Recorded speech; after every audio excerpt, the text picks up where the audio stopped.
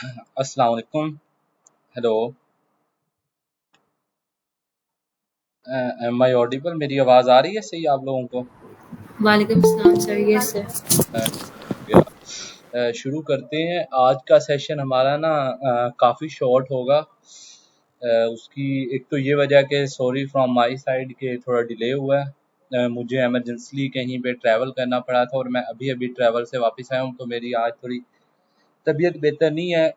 लेकिन जो है ना, आज का हम सेशन रखेंगे थोड़ा शॉर्टर वन होगा। कुछ मैंने आप लोगों से चीज़ें शेयर करनी है उसके बाद, इसलिए रखा है सेशन। इसको हम नेक्स्ट जो सेशन होगा सप्लीमेंट्री, उसमें कवर कर लेंगे या एक और अरेंज कर लेंगे जो हम लैग करेंगे इस सेशन के शॉर्ट होने की वजह से।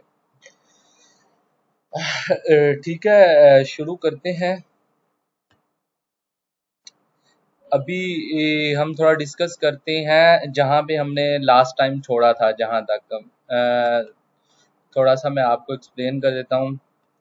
लास्ट टाइम हमने पहले जब हमारा लेक्चर शुरू हुआ था, हमने पाइथन के बारे में थोड़ा बहुत देखा था, पाइथन क्या है। फिर समझा था कि प्रोग्रामिंग या कोडिंग क्या होती है, और जो हम टास्क करवा सकते हैं, यानी कि प्रोग्रामिंग का ये मतलब था कि कंप्यूटर से जो है इंस्ट्रक्ट करना कंप्यूटर को किसी टास्क परफॉर्म करने के लिए। अब वो इंस्ट्रक्शन है वो ऐसी लैंग्वेज में होनी चाहिए जो कंप्यूटर के लिए भी अंडरस्टैंडेबल हो। ये था बेसिक कॉन्सेप्ट ऑफ प्रोग्रामिंग, जिसको हमने लास्ट लेक्चर में डिटेल में डिस्कस किया था। उसका एक हमने टास्क हमने प्रैक्टिकली इम्प्लीमेंट किया था कि हमारे पास अगर 1 लाख इमेजेस हों, इस तरह की रॉ इमेजेस, और हमने इनको रीनेम करना है किसी फॉर्मेट में। तो अगर उसको रीनेम मैनुअली इंसान बैठ के करे, यानी कि जैसे मैनुअल होता है, राइट क्लिक करके उसको रीनेम किया जाए, तो जो है टाइम घंटे लग सकते हैं और जो गलती के चांसेस हैं वो भी बहुत ज़्यादा है। तो हमने इसी टास्क को, यानी कि इस तरह की नेमिंग को, इस तरह की नेमिंग दी थी, ID skin 1, ID skin 2, with in 2 और 3 मिनट्स में। यानी कि ऐसा टास्क जो 8-9 मिनट में हो रहा था, वो हमने 2 और 3 मिनट्स में कवर किया था। ये लास्ट लेक्चर में हमने प्रॉपरली किया था, और इसका कोड लिखने के लिए हमने यूज़ की थी चैट जीपीटी। और एक हमने ब्लंडर किया था, कोई बता सकता है, याद है कि हमने एक बहुत बड़ा ब्लंडर किया था लास्ट टाइम? किसी को याद है? इस और डेटा मिस कर दिया था। हाँ हाँ, कि हमने ना करना ये था कि हमने चैट जीपीटी को कहा था कि एक जो है ना, हमारे पास एक फोल्डर है जिसके अंदर इमेजेस हैं, और हम उसको रीनेम करना चाहते हैं इस फॉर्मेट के अंदर। ये जो हैश होता है, नंबर या इंडेक्स का सिंबल होता है, तो चैट जीपीटी के लिए अंडरस्टैंडेबल है। And we wanted to save them in a separate folder, और वो जो रीनेम किए हैं उनको हमने सेव करना है। लेकिन हमारी यहाँ पे मिस्टेक ये थी कि पाइथन ने क्या किया था कि जो हमारा रॉ डेटा था उसको रीनेम किया, और उसको जो है ना कट करके पेस्ट कर दिया इन सेपरेट फोल्डर। जो हमारा रॉ डेटा था, जो इस फॉर्म का डेटा था, वो हमारा जो है हमसे गायब हो गया। तो ये गलती नहीं करते, रॉ डाटा प्रिजर्व करते हैं। लास्ट टाइम हमने बहुत डिटेल में बात की थी कि रॉ डाटा क्यों प्रिजर्व किया जाता है। वो आप कंसल्ट कर सकते हैं उसको, लास्ट लेक्चर को। फिर उसके बाद हमने बात की थी कि अगर हमारे पास इस वक्त तक 300 लैंग्वेजेस अवेलेबल हैं, तो वाई पाइथन, पाइथन ही क्यों यूज़ की जा रही है, या आजकल पाइथन पे इतना ज़्यादा लोग काम क्यों कर रहे हैं, या इसको प्रेफर क्यों कर रहे हैं। कुछ लोगों ने कहा था कि इसका सिंटेक्स वगैरह आसान है। फिर हमने इसको बड़ा जो है डीपली डिस्कस किया था कि जो है ना, syntax is another thing, separate side है। जब इंसान जब प्रोफेशनल हो जाता है, जब इंसान का स्किल्स आ जाती हैं पाइथन में, तो सिंटेक्स मसला नहीं रहता।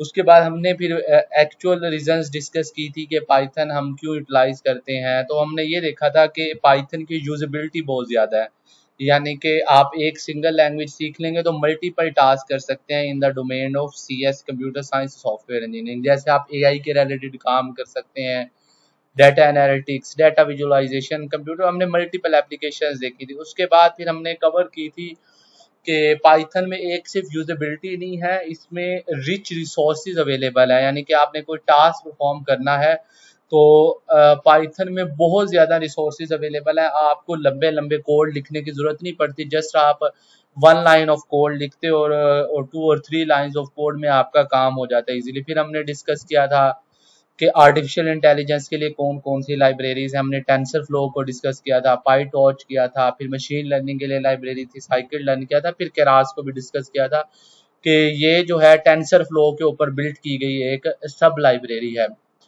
उसके बाद फिर हमने बात की थी कि डाटा साइंटिस्ट या डाटा एनालिसिस के लिए कौन सी लाइब्रेरीज यूजफुल हैं, तो हमने पांडास के ऊपर बात की थी, नमपाई के ऊपर बात की थी, फिर साईपाई पे बात की थी। पांडास का हमने कहा था कि जहाँ टेबुलर फॉर्म यानी कि टेबल्स या कोमा सेपरेटेड फाइल्स या एक्सेल फाइल्स आ जाती हैं, वहाँ पांडास बहुत यूजफुल है। और जहाँ पे रो या कॉलम ऑपरेशंस होते हैं यानी कि मैथमेटिकल ऑपरेशंस आ जाते हैं, वहाँ नमपाई बहुत ज़्यादा यूज होती है। उसके बाद हम फिर डाटा विजुअलाइजेशन की तरफ गए थे कि डाटा विजुअलाइज किस तरह कर सकते हैं, उसके लिए क्या रिसोर्सेज हैं। फिर हमने मैटप्लॉटलिब को यूज कहा था कि बहुत यूजफुल है, इसकी इंपॉर्टेंस देखी थी। सी बन देखा था, प्लॉटली देखा था।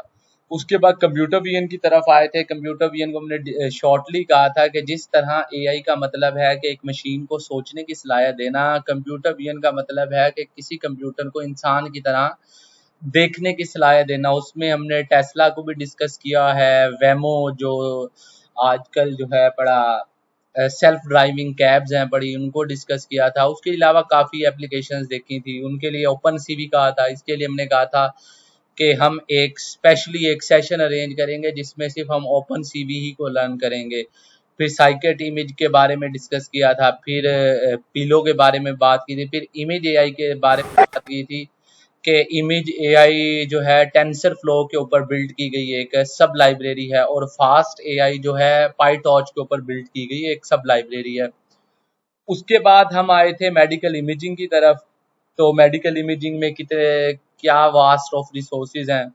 हमने मोनाई को डिस्कस किया था कि जहां मेडिकल इमेजेस के रिलेटेड प्री प्रोसेसिंग का काम आता है वहां मोनाई यूज करनी पड़ती है, जहां इमेजेस का काम आता है आईटी के स्नैप यूज होती है। और मुझे बताएं ये जो लाइब्रेरी है ये क्यों यूज करते हैं, कोई बता सकता है? पाई डाइकॉम क्यों बनाई गई थी लाइब्रेरी?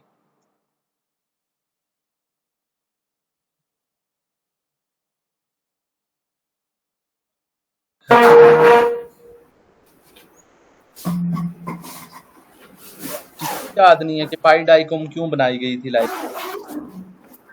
2D में मेडिकल इमेजेस सेव जो होती हैं उसकी एक्सटेंशन। ठीक हो गया, आप चैट बॉक्स में लिख दें। आपकी थोड़ी आवाज आज जो है ना नॉइज बहुत आ रही है।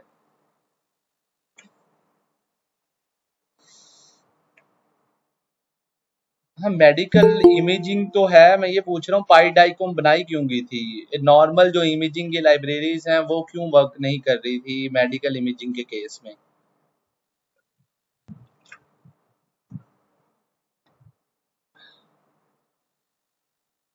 2D इमेजेस के लिए जैसे डिफरेंट स्कैन्स होते हैं उनके लिए।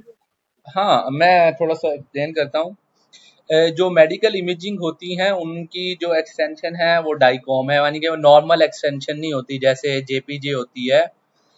तो जो पाई डाइकॉम है वो यूनिवर्सल फॉर्मेट है कि इसमें क्लैश नहीं आता, क्योंकि अगर आप एक्सरे या एमआरआई सीटी स्कैन की इमेज कहीं पे लेके जाते हैं तो पाई डाइकॉम डाइकॉम फॉर्मेट होता है उसका .dcm।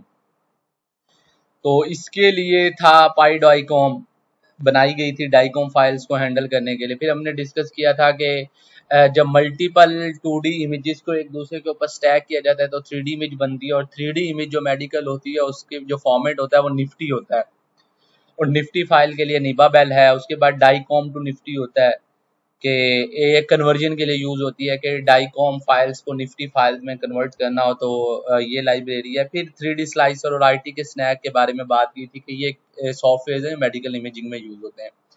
उसके बाद वेब डेवलपमेंट के ऊपर बात हुई थी कि वेब डेवलपमेंट अगर किसी ने करनी है तो जेंगो यूज कर सकता है, फ्लास्क यूज कर सकता है और पैरामिड यूज कर सकता है। फिर हमने इन दोनों का ड्रॉबैक्स और बेनिफिट्स भी देखे थे लास्ट लेक्चर में, किसके क्या ड्रॉबैक्स हैं और किसके क्या बेनिफिट्स हैं। उसके बाद गेम डेवलपमेंट के लिए क्या रिसोर्सेज हैं, पाइडोइकॉम के बारे में बात हुई थी, पांडा 3D, पाईग्लैट और एनपाई के बारे में हमने बात की थी कि गेम के रिलेटेड क्या है।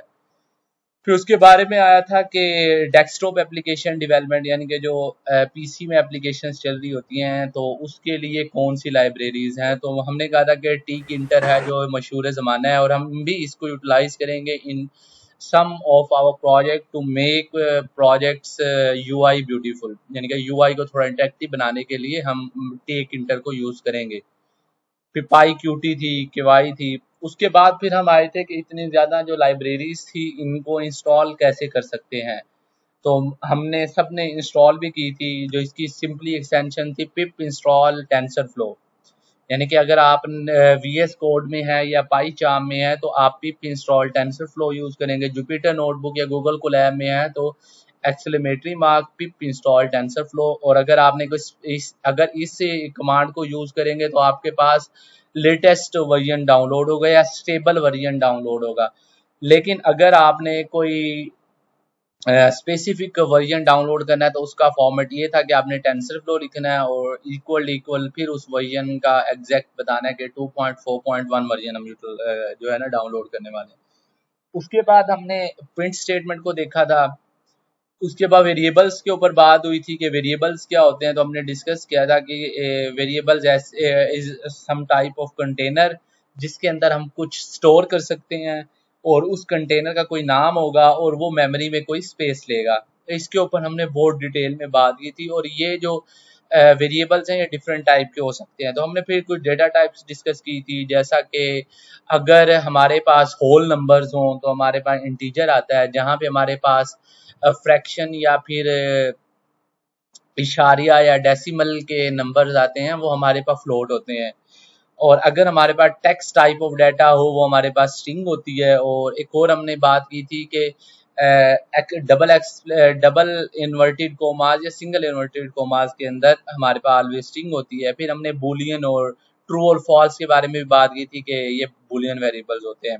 मेन 3 टाइप्स ऑफ वेरिएबल्स यही होते हैं जो 95% केस में यूटिलाइज हो रहे होते हैं।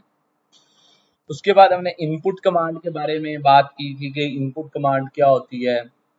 अच्छा, ये मुझे कोई बता सकता है कि इनपुट कमांड से जो चीज़ हम एक्सट्रैक्ट करते हैं उसकी डाटा टाइप क्या होती है? वो स्ट्रिंग होती है या फ्लोट होती है या फिर इंटीजर होती है? कोई बता सकता है? स्ट्रिंग होती है। हाँ, स्ट्रिंग होती है। तो जब हम इनपुट को यूज़ कर रहे होते हैं तो फिर अगर हमारे पास एक चीज़ स्ट्रिंग में आ रही है तो हमें उसको कन्वर्जन करनी पड़ती है। हम अगर मुझे इंटीजर रिक्वायर है इनपुट कमांड से तो जो मेरे पास इनपुट से चीज़ आ रही होगी उसको मैं कन्वर्ट करूंगा इंटीजर में। अगर मुझे फ्लोट चाहिए तो मैं फ्लोट में कन्वर्ट कर लूंगा। उसके बाद हमने एक यूज केस डिस्कस किया था, डिवेलप अ पाइथन प्रोग्राम। हमने बॉडी मास इंडेक्स के बारे में बात की थी कि बॉडी मास इंडेक्स कैसे कैलकुलेट करते हैं। तो हमने उसका फॉर्मूला देखा था कि वेट इन केजी और हाइट इन मीटर्स का स्केयर को जो होता है ना हमारा बीएमआई आता है। फिर हमने इसका एक कोड भी लिखा था जिसमें हमने मेरे ही वेट को किया था कि मेरा बीएमआई क्या निकलता है। तो ये कोड वही वाला है और मैंने उसका जो हमने लास्ट टाइम जो कोडिंग की थी वो मैंने ड्राइव में अपलोड कर दी है। आप सब देख सकते हैं, आपको मेल आ गई होगी। उसके बाद फिर हमने ये भी डिस्कस किया था कि इसकी आगे फर्दर कैटेगराइजेशन कैसे होती हैं और हम इसको देखेंगे। अगर आज मेरी थोड़ी तबीयत साथ देती है तो अगर हम इफ एल्स की तरफ जाते हैं तो फिर हम इसको थोड़ा देखते हैं कि एक प्रॉपर, यहाँ तक तो सिर्फ हमने बीएमआई कैलकुलेट किया था लास्ट टाइम। आगे हमने ये डिसाइड नहीं किया था उस बीएमआई के बेस पे कि वेदर हम under weight, normal weight, over weight, obeys और एक्सट्रीमली ओबेज, यानी कि हमने कैटेगराइज नहीं किया था। तो वो हम कंडीशनल स्टेटमेंट से कर सकते हैं। वो देखते हैं अगर आज हमारा टाइम लगता है। यहाँ तक तो हमारी लास्ट टाइम बात हुई थी। यहाँ तक किसी को कोई मसला था तो मुझे अभी बताए, फिर हम आगे फर्दर शुरू करते हैं। किसी को इशू है? Any type of issues?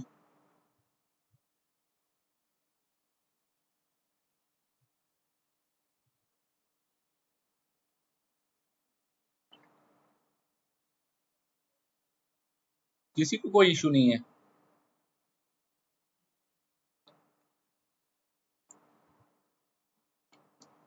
ठीक हो गया। अच्छा ये बताएं, मैंने एक और one of the important concept है, अब कोई बंदा माइक खोले और मुझे बताए इसका क्या मतलब है, व्हाई इट्स सो इम्पोर्टेंट। अगर किसी को प्रोग्रामिंग की थोड़ी नो हाउ है, ये चीज क्या रिजेंबल कर रही है। Sir matrix matrix. हाँ, और किसी को कुछ लगता है?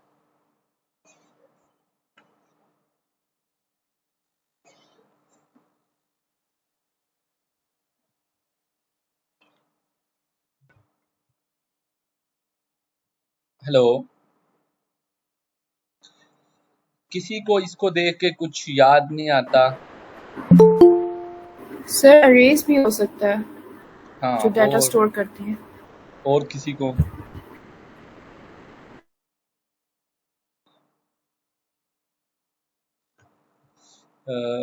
आपने लास्ट टाइम लेक्चर लिया था, हिना जमीर, आपने लेक्चर लिया था कि बीएमआई ये कैसे कैलकुलेट करते हैं?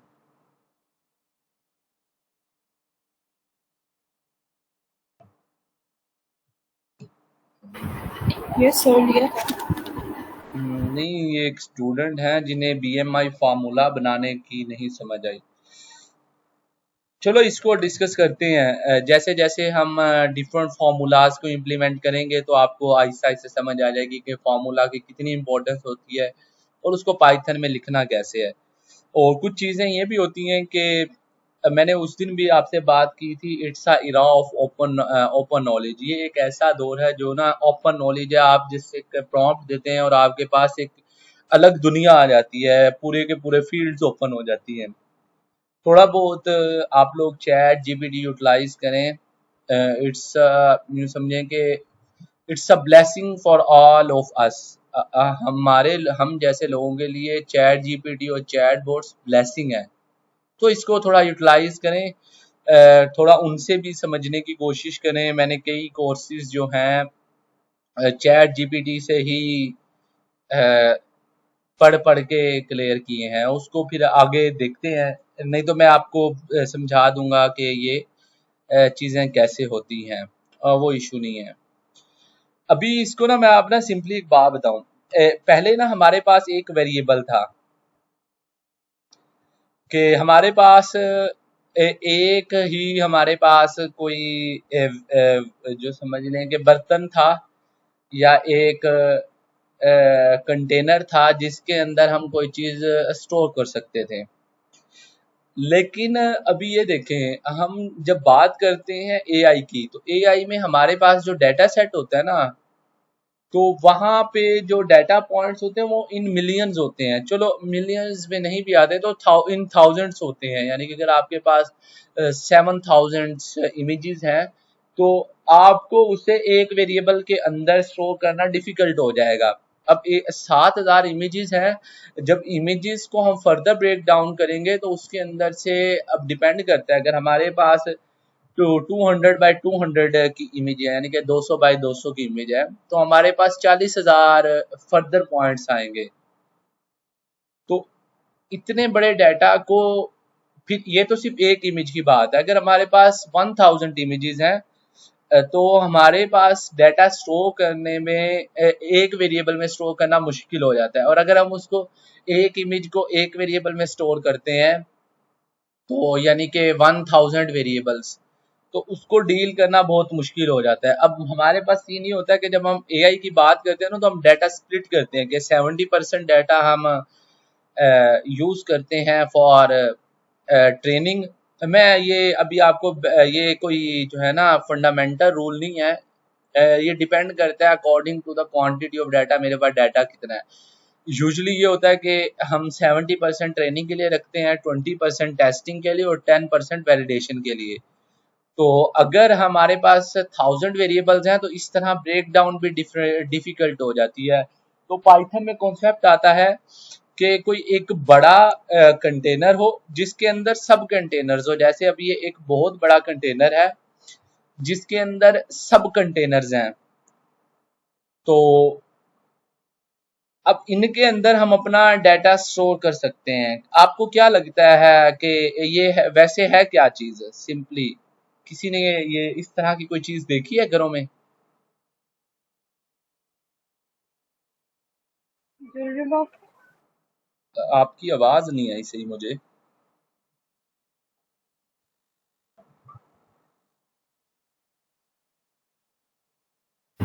Say jewelry box. Kind of. Jewellery box in some sense रख सकते हैं ज्वेलरी पर, ये ज्वेलरी बॉक्स है नहीं। किसी ने नहीं देखा ये घरों में? Sir different kinds of T separate करके रखते हैं इसमें, ऐसा कुछ होता है उसमें, different kind of T separate करके रखते हैं। हाँ, और किसी को क्या लगता है?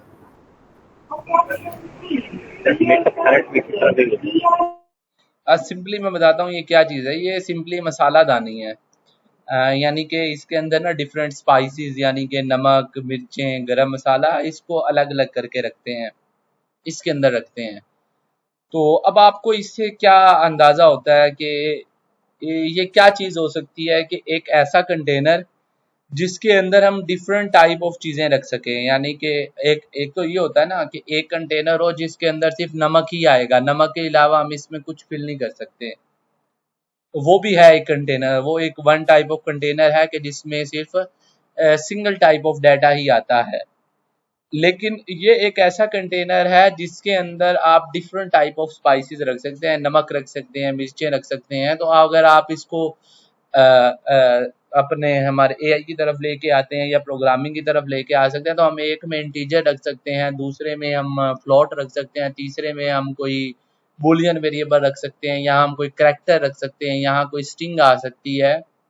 तो इससे आपको क्या लगता है ये कौन सा कॉन्सेप्ट हो सकता है कि जिसकी तरफ हम जा रहे हैं, जिसको हमने पढ़ना? It is the one of the most important concept है इन पाइथन फॉर एआई।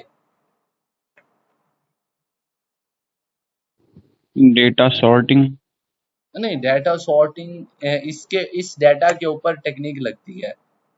मैं डाटा टाइप पूछ रहा हूँ, या इस कंटेनर को हम क्या कहेंगे? ऐसा कंटेनर जिसके अंदर हम मल्टीपल चीजें रख सकें और डिफरेंट टाइप की चीजें हों। वन ऑफ द स्टूडेंट ने मुझे क्लासिफिकेशन। नहीं, वन ऑफ द स्टूडेंट ने कहा था कि ये एक अरे को रिप्रेजेंट कर रहा है। सर मेमोरी या रोम। सेम टाइप का होता है ना। लाइब्रेरी।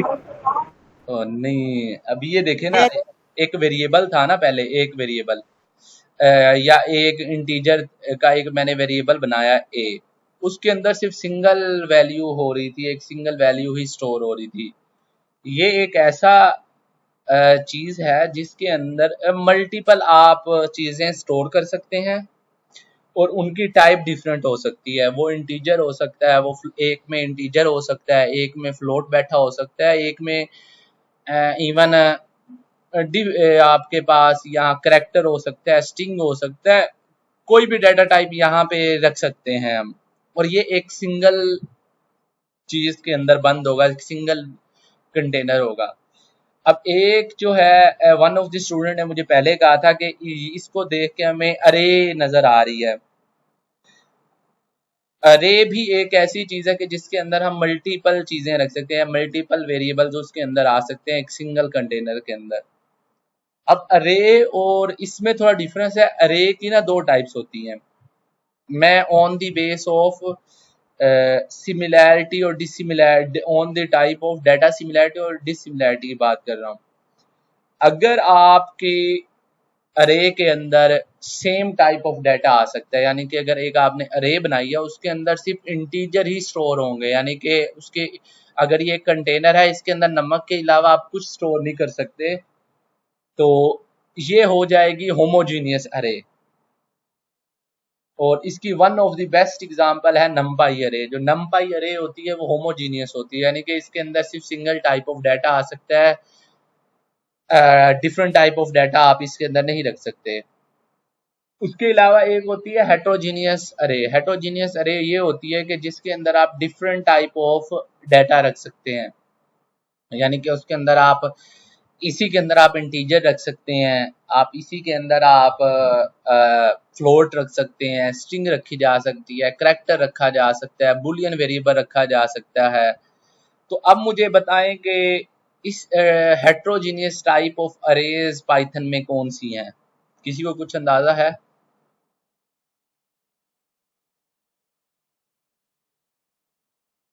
Does anybody no?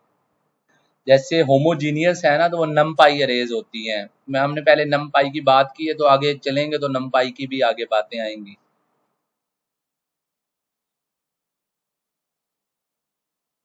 किसी को कोई अंदाजा नहीं है वो कौन सी जो है पाइथन के अंदर कंटेनर होता है जिसमें हम डिफरेंट टाइप ऑफ डाटा रखें और वो एक हेटेरोजीनियस अरे बने?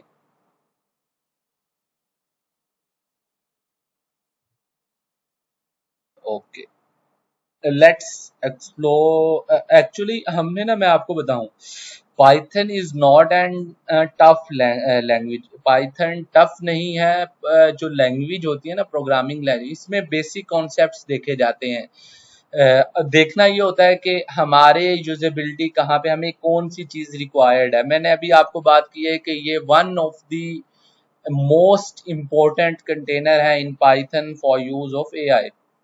हाँ, yes, you are exactly right Haris Shahid, आपने बिल्कुल सही कहा है।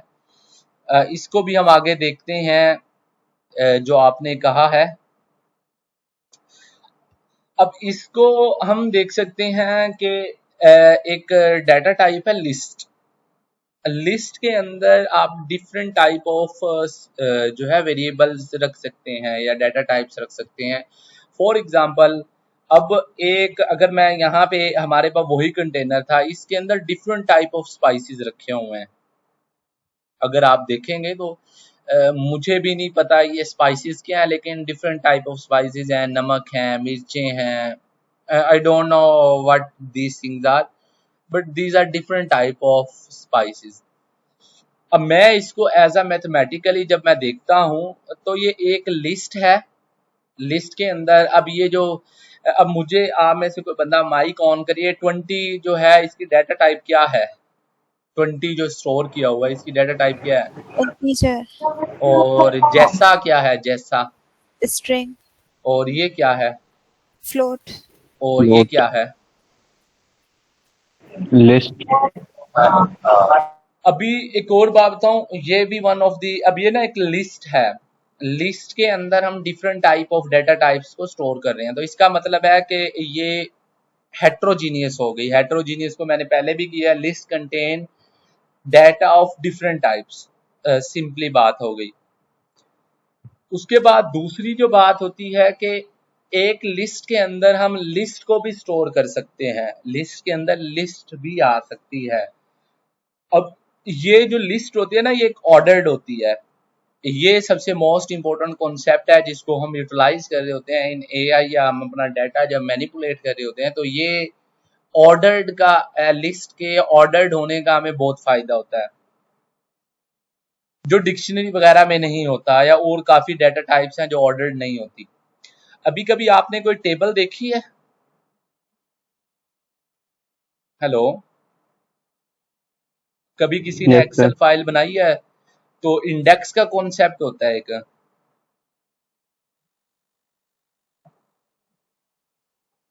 जी सर, जी सर। ठीक हो गया। मैं ना जिनको पाइथन या प्रोग्रामिंग का कॉन्सेप्ट नहीं पता, उनके लिए मैं बनाता हूँ यहाँ पे एक्सेल में कोई एक, आई थिंक आई शुड, ठीक हो गया, यहीं पे बना लेता हूँ। अब मेरे पास ना डिफरेंट स्टूडेंट्स का ना मैंने एक टेबल बनानी है। मेरे पास हैं फॉर एग्जांपल 10 स्टूडेंट्स हैं, तो मैं कहूँगा स्टूडेंट नंबर। मेरे पास फर्स्ट ऑफ एक चीज स्टूडेंट नंबर है, उनका नेम हो सकता है, सॉरी, और उनके मार्क्स हो सकते हैं। मैं एक मार्कशीट बना रहा हूँ। अब स्टूडेंट नंबर क्या हो सकता है? 0, 1, 2, ठीक है, मेरे पास 10 स्टूडेंट्स हैं। अब यहाँ पे मैं नेम लिख देता हूँ XYZ। ये मेरे पास डिफरेंट स्टूडेंट्स हैं जिनके नेम ये हैं। थोड़ा सा अगर मैं इसको बढ़ाकर, ठीक हो गया। यहाँ मैं कुछ लेट से मार्क्स रखता हूँ 10, 20, 30। ये मैं थोड़ा सीक्वेंस बनाने के लिए कर रहा हूँ ताकि आपके पास सीक्वेंस जनरेट हो।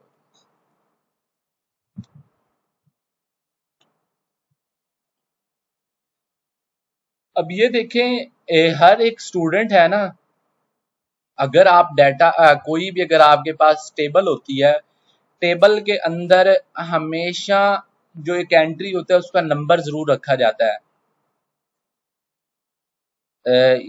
अभी शायद आप में से किसी को ये बात समझ ना आए कि जो हमारे पास एक टेबल होती है ना, तो उसका नंबर जरूर रखा जाता है, जिससे हमें ये अंदाजा हो जाता है कि जैसे अभी आपके एग्जाम्स होते हैं, आपका रोल नंबर होता है, फिर आपका रोल नंबर के अगेंस्ट आपके नंबर जनरेट होते हैं।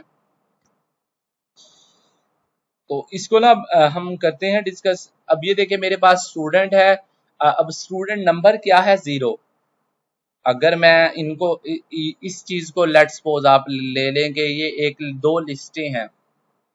अब एक लिस्ट का जो फर्स्ट आइटम है ना, फर्स्ट आइटम है XYZ, तो अब इसका एक स्पेसिफिक नंबर होगा और ये लिस्ट एक ऑर्डर में है, यानी कि 0 1 2 3। अब ये नहीं हो सकता कि एक जो यहाँ पे है फॉर एग्जांपल सिलान 7 स्टार्ट में आ जाए, ये पॉसिबल नहीं है। जब कोई चीज ऑर्डर्ड होती है ना, तो अगर मैं अरसलान हूँ, मेरा रोल नंबर 7 है, तो मैं फर्स्ट पे नहीं आ सकता।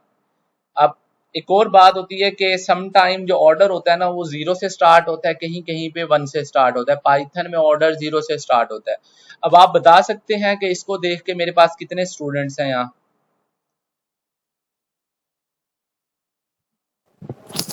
11। हाँ 11 स्टूडेंट्स हैं, यानी कि हमने 0 से स्टार्ट किया और 10 तक लेके गए हैं। तो अगर मेरी बात सुने, मेरे पास अगर मैं इनको हाइड कर दूं, हालांकि ये यूजुअली नजर नहीं आते हैं,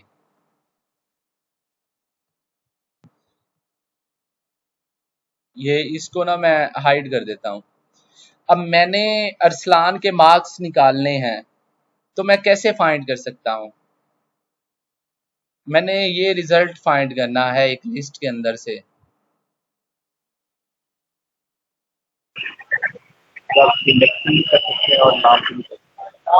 हाँ, तो हम अपने इंडेक्स के ऊपर सर्च करेंगे, यानी कि यूजुअली ये जो लिस्ट होती है ना, इसके अंदर हम इंडेक्स को डिफाइन नहीं कर रहे होते, वो बाय डिफॉल्ट डिफाइन हो रहे होते हैं 0 से स्टार्ट होके। फॉर एग्जांपल मैं अभी एक बात बताता हूँ, करता हूँ, कोशिश करता हूँ अगर आपको यहाँ कुछ समझ आ जाए। मैं कर रहा हूँ जुपिटर नोटबुक, सॉरी।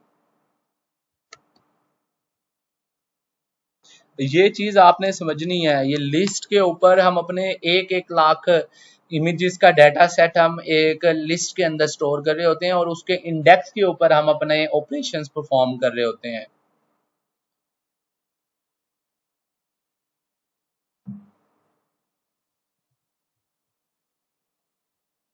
ये मैं अपलोड कर दूंगा लेक्चर 2, जैसे लेक्चर 1 पहले अपलोड किया है, इसी तरह आई थिंक लेक्चर 2 भी मैं अपलोड कर दूंगा।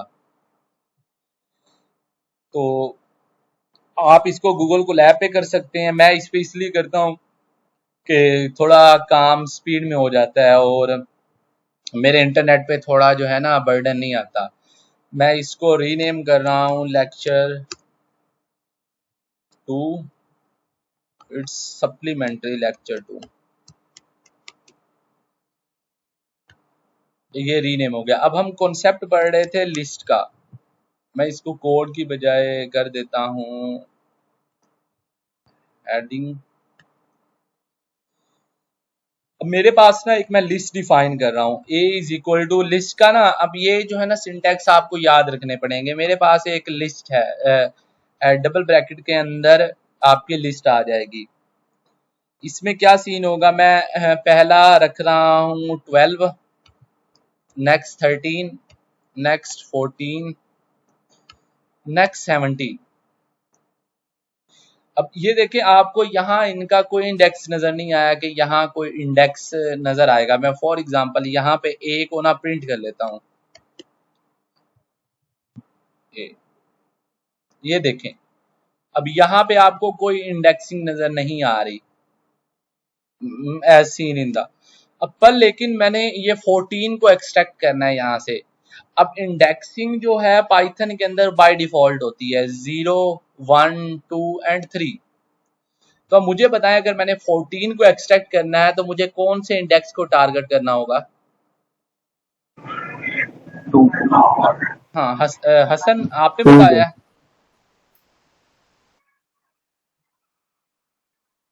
नो सर, मैंने नहीं बताया ये। तो आपको समझ आ रही है ना ये इंडेक्सिंग की? ये सर अभी ये समझ आ रही है। इंडेक्सिंग में नंबरिंग कह रहे हैं आप? हाँ, नंबरिंग, किसी भी चीज की नंबरिंग को ही हम डिस्कस कर रहे हैं। तो ये आपको आहिस्ता यस। आहिस्ता चीजें क्लियर हो जाएंगी। अब ये देखिए, मैंने ना कोई चीज के लिए कोई इसको टारगेट करना है 14 को, तो ये देखिए नंबरिंग हो रही है 0, 1 और 2। तो मुझे नंबर 2 का इंडेक्स मुझे टारगेट करना चाहिए। जो नंबर 2 पे इंडेक्स है उसको मैं टारगेट करता हूँ। लेट्स सी, मैं प्रिंट करना चाह रहा हूँ जो नंबर 2 पे है। ये मैं एक फॉर्मेटेड स्ट्रिंग कर रहा हूँ, इसको थोड़ा अभी छोड़ दें, इसको हम देखेंगे। The number at index 2 is. तो अब मैंने टारगेट कौन सी इंडेक्स करनी थी, तो अभी जैसे ये आपने डिफाइन किया था ना एक स्ट्रिंग को, इसको लिस्ट को डबल ब्रैकेट से, तो यहाँ आप लिखेंगे डबल ब्रैकेट्स और अब आपने यहाँ पे लिखना है अपना इंडेक्स। तो हमारा इंडेक्स है 0, 1 एंड 2, 14 को टारगेट करना है, तो मैं यहाँ 14 लिखूंगा। तो वेयर द सॉरी सर 2 आएगा। सॉरी, मैं थोड़ा फॉर्मेट गलत हो गया था। इसको मैं ना छोड़ देता हूँ, ये आपको कंफ्यूज कर देगा अगर मैंने यहाँ पे, क्योंकि यहाँ ना करली ब्रैकेट्स यूज होंगी। मैं लिखता हूँ 2, यानी कि 0, 1, 2, 14 को अगर मैंने एक्सट्रैक्ट करना है तो मुझे 2 लिखना पड़ेगा। अब मेरी जो फर्स्ट ऑफ ऑल आपने लिखना है कौन सी आप लिस्ट का नाम क्या था, ए, और उसके अंदर आप कौन से इंडेक्स को टारगेट करे हो वो, तो आपने 14 एक्सट्रैक्ट कर लिया। अब इसका यूज केस कहाँ पे हो सकता है एआई में? कोई मुझे बता सकता है कि इस तरह इंडेक्सिंग से कोई चीजें एक्सट्रैक्ट करनी हो तो इसका यूज केस कहाँ पे मिलेगा? किसी भी डेटा सेट में हमें कोई स्पेसिफिक चीज चाहिए हो, रिक्वायर हो, तो वो निकालने के लिए। हाँ बिल्कुल, एग्जैक्टली। फॉर एग्जाम्पल मैं भी आपको बताया था कि लिस्ट को हम मोस्टली यूज कर रहे होते हैं कि अगर हमारे पास, ये ज्यादातर ना कंप्यूटर वीएन में ज्यादा यूटिलाइज होती है, कि अगर आपके पास आपने ना आपके पास 1000 इमेजेस हैं। अब आपने 1000 इमेजेस को कहीं ना कहीं स्टोर करना है, तो आप उसको एक लिस्ट के अंदर स्टोर कर लोगे। अब मैं चाहता हूं कि जो ऐसी इमेज जिसका इंडेक्स 199 है, यानी कि जो 199 के ऊपर इमेज है, मैंने उसको विजुलाइज करना है, तो मैं उस स्पेसिफिक इंडेक्स को यहाँ पे विजुलाइज कर लूंगा। वहां पे हम थोड़ी मैटप्लॉटलिब को यूज करेंगे, क्योंकि वहां डाटा विजुलाइजेशन की बात आएगी तो हम वहां पे मैटप्लॉटलिब यूज करेंगे, लेकिन कॉन्सेप्ट यही रहेगा, हमारी images store in the form of list ही रहेंगी। तो ये one of the most important data type है इन पाइथन, और ये आपको लिए यूं समझें कि मोस्ट इम्पोर्टेंट थिंग है। आई थिंक आपको समझ आ गई है कि 20 क्या है। और एक और चीज होती है कि लिस्ट के अंदर आप चेंजिंग्स कर सकते हैं, यानी कि आपके पास कई ऑपरेशंस या फंक्शंस बने हुए हैं ऑलरेडी कोड कि आप अपने लिस्ट को टेम्पर कर सकते हैं। तो इस टेम्परिंग का कोई फायदा होगा?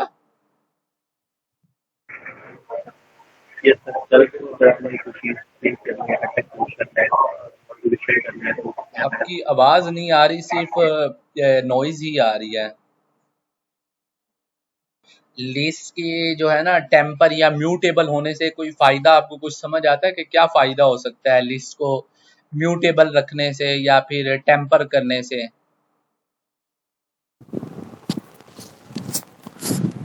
आई थिंक इसमें हम उसका डाटा अगर चेंज करना हो तो फिर यही हो सकता है। हाँ बिल्कुल। अभी ये देखो, मेरे पास ना एक डाटा सेट था, मैंने वहां पे ना 1000 इमेजेस डाल दिया। अब मुझे नहीं पता उसके बीच में कुछ इमेजेस इररेलेवेंट थी, ठीक हो गया, तो मैं उन इररेलेवेंट इमेजेस को रिमूव कर सकता हूँ। और कुछ ये भी हो सकता है कि मैंने 1000 इमेजेस की जो है ना लिस्ट बना के रखी हुई है, अब मैं ये तो 1000 इमेजेस की बात कर रहा हूँ, ये इमेजेस हमारे पास इन मिलियंस भी हो सकते हैं, तो इनकी जो प्रोसेसिंग होती है ना, इस पे टाइम लगता है।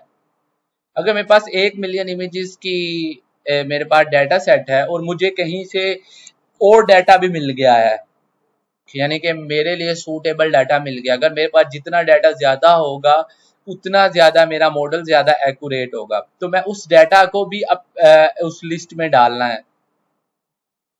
तो इसलिए लिस्ट को ज्यादा यूज किया जाता है कि ये म्यूटेबल है, किसी भी स्टेज पे आप उसको जो है ना चेंजिंग्स कर सकते हैं। तो ये tempering some sort of important भी होती है इन प्रोग्रामिंग। टेम्परिंग हर बार गलत नहीं होती, टेम्परिंग का एक्चुअली मतलब गलत लिया जाता है, कि टेम्परिंग का थोड़ा नेगेटिव सेंस में लिया जाता है कि किसी डाटा को चेंज करना एक नेगेटिव सेंस, लेकिन ये बेहतर भी होती है, जिसकी हमने एग्जांपल देख ली और ये अक्सर हो रही होती है। जैसे आप बड़े बड़े मॉडल्स देखेंगे ना, अभी मैं आपको एक बताऊं, ऑनलाइन लर्निंग होती है। आप कुछ डाटा, कुछ वेबसाइट्स हैं, जैसे जैसे आप यूज करते हो ना उसको, तो वो वेबसाइट या वो मॉडल वो अपने आप को ट्रेन कर रहा होता है अकॉर्डिंग टू योर डाटा, कि यूजर उसको कैसे यूज कर रहा है, तो अपने आप को ना जो है ना अपने आप को मोल्ड करता है। जैसे मैं अभी एग्जांपल दूं, आप में से कोई बंदा ना कहीं पे नया नया जॉब करने गया है, तो आप वहां पे वक्त के साथ जैसे जैसे वहां पे आप काम करेंगे, आप अपने आप को चेंज करते रहेंगे। यही सीन होता है ऑनलाइन लर्निंग का या कंटिन्यूस लर्निंग का, कि आप अपने मॉडल को गाहे बगाहे अपडेट करते रहते हैं, या मॉडल खुद ब खुद अकॉर्डिंग टू डाटा अपडेट होता रहता है। अगर आप इसको रीइंफोर्समेंट लर्निंग को लें, तो मॉडल खुद ब खुद लर्न कर रहा है, तो जिसका जो एक्यूरेसी मैट्रिक्स है वो जो है ना कंटिन्यूसली इंप्रूव हो रहे हैं, यानी कि जो हम उसकी एक्यूरेसी फाइंड कर रहे हैं तो कंटिन्यूसली इंप्रूव हो रही है। तो हमारी जो कहीं ना कहीं डाटा टाइप में जो है ना चेंजिंग्स आ रही हैं, तो वो सिर्फ लिस्ट से ही पॉसिबल है। तो इसके बाद हम आगे चलते हैं। आई थिंक लिस्ट अभी किसी के लिए कंफ्यूजन नहीं होगी। किसी को है लिस्ट में कंफ्यूजन, और इसको हम कहाँ यूटिलाइज करेंगे?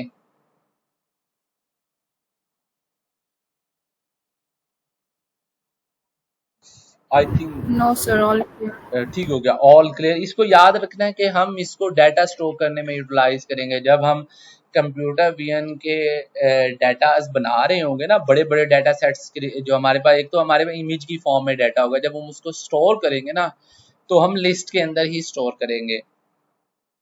अब एक तो थी नंबरिंग जो होती है ना, या इंडेक्सिंग। आप वैसे ये यूटिलाइज नहीं होती, 99% केसेस में ये चीज यूटिलाइज नहीं हो रही होती, लेकिन कहीं कहीं यूटिलाइज होती भी है। उसकी भी मैं वजह बताता हूँ कहाँ पे होती है। अगर आप इसको स्किप भी कर देंगे तो और बहुत से मेथड्स हैं काम करने के, तो उसको मैं बताता हूँ। ये भी एक लिस्ट है। अब इस लिस्ट के अंदर ना सिर्फ जो है ना डिफरेंट लोगों के ना नेम स्टोर किए गए हैं। एक तो इंडेक्सिंग ये हो सकती है 0 1 2 3 4 5, ठीक है। एक इंडेक्सिंग ये हो सकती है, एक इंडेक्सिंग ये उल्टी चलती है, -1 -2 -3 -4 -5 और -6। अब अक्सर औकात ये होता है कि आपके पास ना लिस्ट बहुत बड़ी होती है, आप कोड को ना बड़ा नहीं करना चाह रहे, यानी कि अभी तो आपको ये जो है ना डाटा जो है ना मेमोरी या मेमोरी मैनेजमेंट का नहीं अंदाजा। जब आप आगे जाएंगे ना, जब आपके सॉफ्टवेयर बहुत बड़े बड़े हो जाएंगे, तो तब आपको मेमोरी मैनेजमेंट और ऑप्टिमाइजेशंस करनी पड़ती हैं। फॉर एग्जांपल, मुझे कहा जाता है कि मुझे नहीं पता कि लिस्ट कितनी बड़ी है। लिस्ट 1000 भी हो सकती है, 2000 भी हो सकती है, 3000 भी हो सकते हैं, उसके अंदर मिलियंस ऑफ इमेजेस भी हो सकते हैं, मुझे नहीं पता। वन ऑफ द वे ये है कि मैं चेक कर लूं कि उसके अंदर इमेजेस कितने हैं। 1 लाइन ऑफ कोड उस पर चला जाएगा, फिर मैं उस एक स्पेसिफिक आइटम जो मैं विजुलाइज करना चाह रहा हूँ उसको करता हूँ। फॉर एग्जांपल, मेरे क्लाइंट ने कहा है कि डाटा सेट के अंदर जो सेकंड लास्ट नेम है ना, ये मुझे एक्सट्रैक्ट करके बताओ वो क्या है, या जो सेकंड लास्ट इमेज है उसको विजुलाइज करके दिखाओ। तो इसकी दो अप्रोच हो सकती हैं। फर्स्ट अप्रोच ये है कि आप इस नंबरिंग को यूटिलाइज करो। इस नंबरिंग को यूटिलाइज करने के लिए ना आपके पास कोड बढ़ जाएगा। मैं एग्जांपल बताता हूँ कैसे।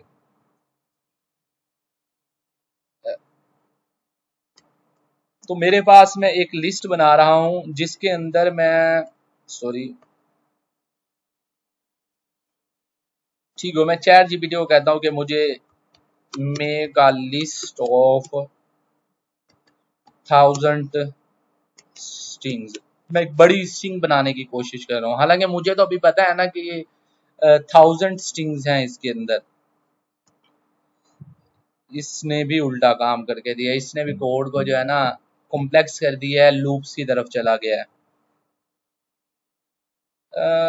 Let's create by ourself. मैं यहाँ भी आपको लूप्स के अंदर फंसाना नहीं चाह रहा कि लूप्स क्या होते हैं क्या नहीं होते, वो देखते हैं वो बाद में क्या चीज़ है। मैं खुद क्रिएट करता हूँ। इवन रैंड फंक्शन से भी किया जा सकता है, मैं उसको भी यूटिलाइज नहीं कर रहा ताकि अभी मामला थोड़े सिंपल रहे, हम बेसिक कॉन्सेप्ट्स को ग्रैब करें। जो है ना एडवांसमेंट्स की तरफ हम बाद में जाएंगे। फॉर एग्जांपल मेरे पास एक लिस्ट है, ये मैं एक रैंडम सी लिस्ट क्रिएट कर रहा हूँ। अब ये देखें, अगर इसके अंदर 1 मिलियन होते ना इंटीजर, तो हम इसको देख के बता नहीं सकते थे कि क्या मसला है। और सम टाइम जब आपकी एप्लीकेशन इन प्रोडक्शन होती है तो आपको बैकएंड पे कुछ नजर नहीं आ रहा होता। अभी हम बैकएंड के ऊपर हैं। अब मेरे जो क्लाइंट आए हैं, मेरे क्लाइंट ने कहा है कि एक्सट्रैक्ट जो सेकंड लास्ट चीज है उसको मुझे ना एक्सट्रैक्ट करके बताओ। अब मैं मेथड 1 को यूटिलाइज करता हूँ। मेथड 1 इसका क्या हो सकता है? अगर हम 0 1 2 के इंडेक्सिंग को यूज करें, आप भूल जाएं कि आपको नहीं पता कि उस चीज का इंडेक्स नंबर क्या है, लेकिन आपने सेकंड लास्ट नंबर करना है फाइंड, तो क्या हो सकती है फर्स्ट अप्रोच? A of -2। नहीं, ए ऑफ -2 नहीं मैं भी कह रहा। अभी ना हमने अप्रोच यूज करनी है ये वाली 0 1 2, इन इंडेक्स को यूज करना है। और आपको नहीं पता कि आपकी लिस्ट कितनी बड़ी है, तो आपकी अप्रोच क्या हो सकती है?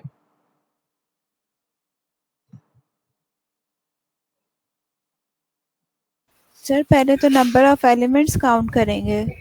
जी एग्जैक्टली जो भी आपने अप्रोच बताई है यही वैलिड अप्रोच है कि पहले मैं ये काउंट करवाऊंगा अपने प्रोग्राम से कि मेरी लिस्ट में नंबर कितने हैं। तो वो उन नंबर्स की बेस पे मैं कहूंगा अच्छा ठीक है ये नंबर्स हैं। फॉर एग्जांपल मेरी इस लिस्ट के अंदर 6 नंबर्स हैं, तो मैं देखूंगा 0 से 5 तक इंडेक्स होंगे। अगर सेकंड लास्ट को देखना है तो मैं 4 को इंडेक्स 4 को जो है ना मैं कहा जो है ना एक्सट्रैक्ट करवा लूंगा। यानी कि यहाँ पे जो एक बड़ा हेक्टिक काम होगा, मुझे कैलकुलेट करना पड़ेगा एक लिस्ट के अंदर नंबर्स कितने हमारे पास एलिमेंट्स हैं इसके अंदर। अगर 1 मिलियन है तो एक टाइम लगेगा, मेमोरी यूटिलाइज होगी उन नंबर्स इसकी लेंथ को कैलकुलेट करने में। इसका जो एग्जैक्ट जो होता है ना, ठीक हो गया, इसका जो एग्जैक्ट फॉर्मेट जो होता है ना, इसके लिए एग्जैक्ट जो टर्मिनोलॉजी होती है कि हम एक लिस्ट की लेंथ फाइंड कर लेंगे। लेंथ ही होता है कि हमें बताता है कि एक लिस्ट के अंदर कितने आइटम्स हैं। फॉर एग्जांपल मेरे पास हमारी ठीक हो गई, यहाँ पे जीपीटर नोटबुक है। मैं यहाँ पे ना हमने एक लिस्ट डिफाइन की थी ए, मैं इसको यहाँ पे रख लेता हूँ। अभी इसकी लेंथ कितनी है किसको क्या लगता है? इसमें कितने नंबर्स हैं या कितने इंटीजर्स हैं? 6 और नहीं, इट्स 7। 7 एलिमेंट्स है और सर 6 इंडेक्स है, 0 से स्टार्ट होगा ना हाँ, इसलिए। 0 से 6 इंडेक्स हैं, लेकिन नंबर ऑफ एलिमेंट्स इसके अंदर 7 है। अभी तो ये हम देख के गलती करें जब हमारे पास एक बहुत बड़ी लिस्ट होगी। और अभी मैं दिखाऊंगा कि लिस्ट 3D में कैसी लग रही होती है। ये तो अभी हम 1D अरेज देख रहे हैं ना, जब 2D 3D अरेज की तरफ जाएंगे तो वो थोड़ा कॉम्प्लेक्स मामलात होते जाएंगे, या 1D टेंसर या 2D टेंसर या 3D टेंसर और इवन 4D टेंसर्स भी होते हैं। तो हमारे पास ये फंक्शन ही यूटिलाइज है। फॉर एग्जांपल मैं कहता हूं कि मैं लेंथ फाइंड करनी है मैंने, तो मैं कैसे फाइंड करूंगा? इवन अभी मैं आपको सिंपली बताऊं, मुझे भी इसका सिंटैक्स याद नहीं है। उसकी वजह ये है कि मैं भी ना मल्टी लैंग्वेजेस में काम कर रहा हूं, तो अक्सर सिंटैक्स की मिस्टेक्स आए तो वो इट्स नॉट एन इशू। जब आप मल्टी लैंग्वेजेस यूज कर रहे होते हैं ना, कि आप एट अ टाइम जावा भी यूज कर रहे हैं, जावास्क्रिप्ट में भी काम कर रहे हैं, रिएक्ट के ऊपर भी कर रहे हैं, या फिर आप दिस टाइप ऑफ थिंग्स कर रहे हो, तो फिर मसला होता है। लेकिन आई डोंट थिंक सो कि इस तरह का कोई मसला आएगा। मैं ये लेंथ को प्रिंट कर लेता हूँ। अब ये देखें, पाइथन ने ना एक प्री डिफाइंड फंक्शन बनाया हुआ है len। अगर आप इस len लिखो, इसके बाद आपने 2 ब्रैकेट्स लगानी है और जो लिस्ट आपके पास है उस लिस्ट का नाम लिख देना है। तो ये आपको लेंथ बता देगा कि इस लिस्ट की कितनी है। फॉर एग्जांपल, इस लिस्ट की लेंथ भी हमारे बात क्या हुई थी कि कितनी है।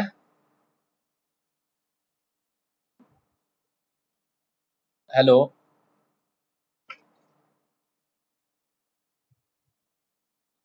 तो हमने पहले बात की थी, I think so,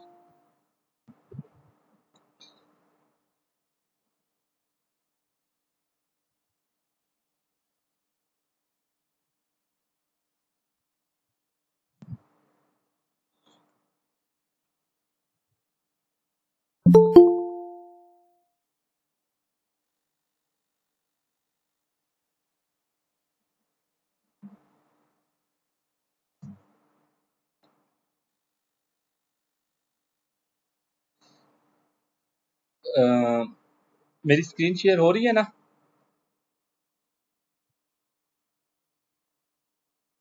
hello, yes sir. ठीक हो गया।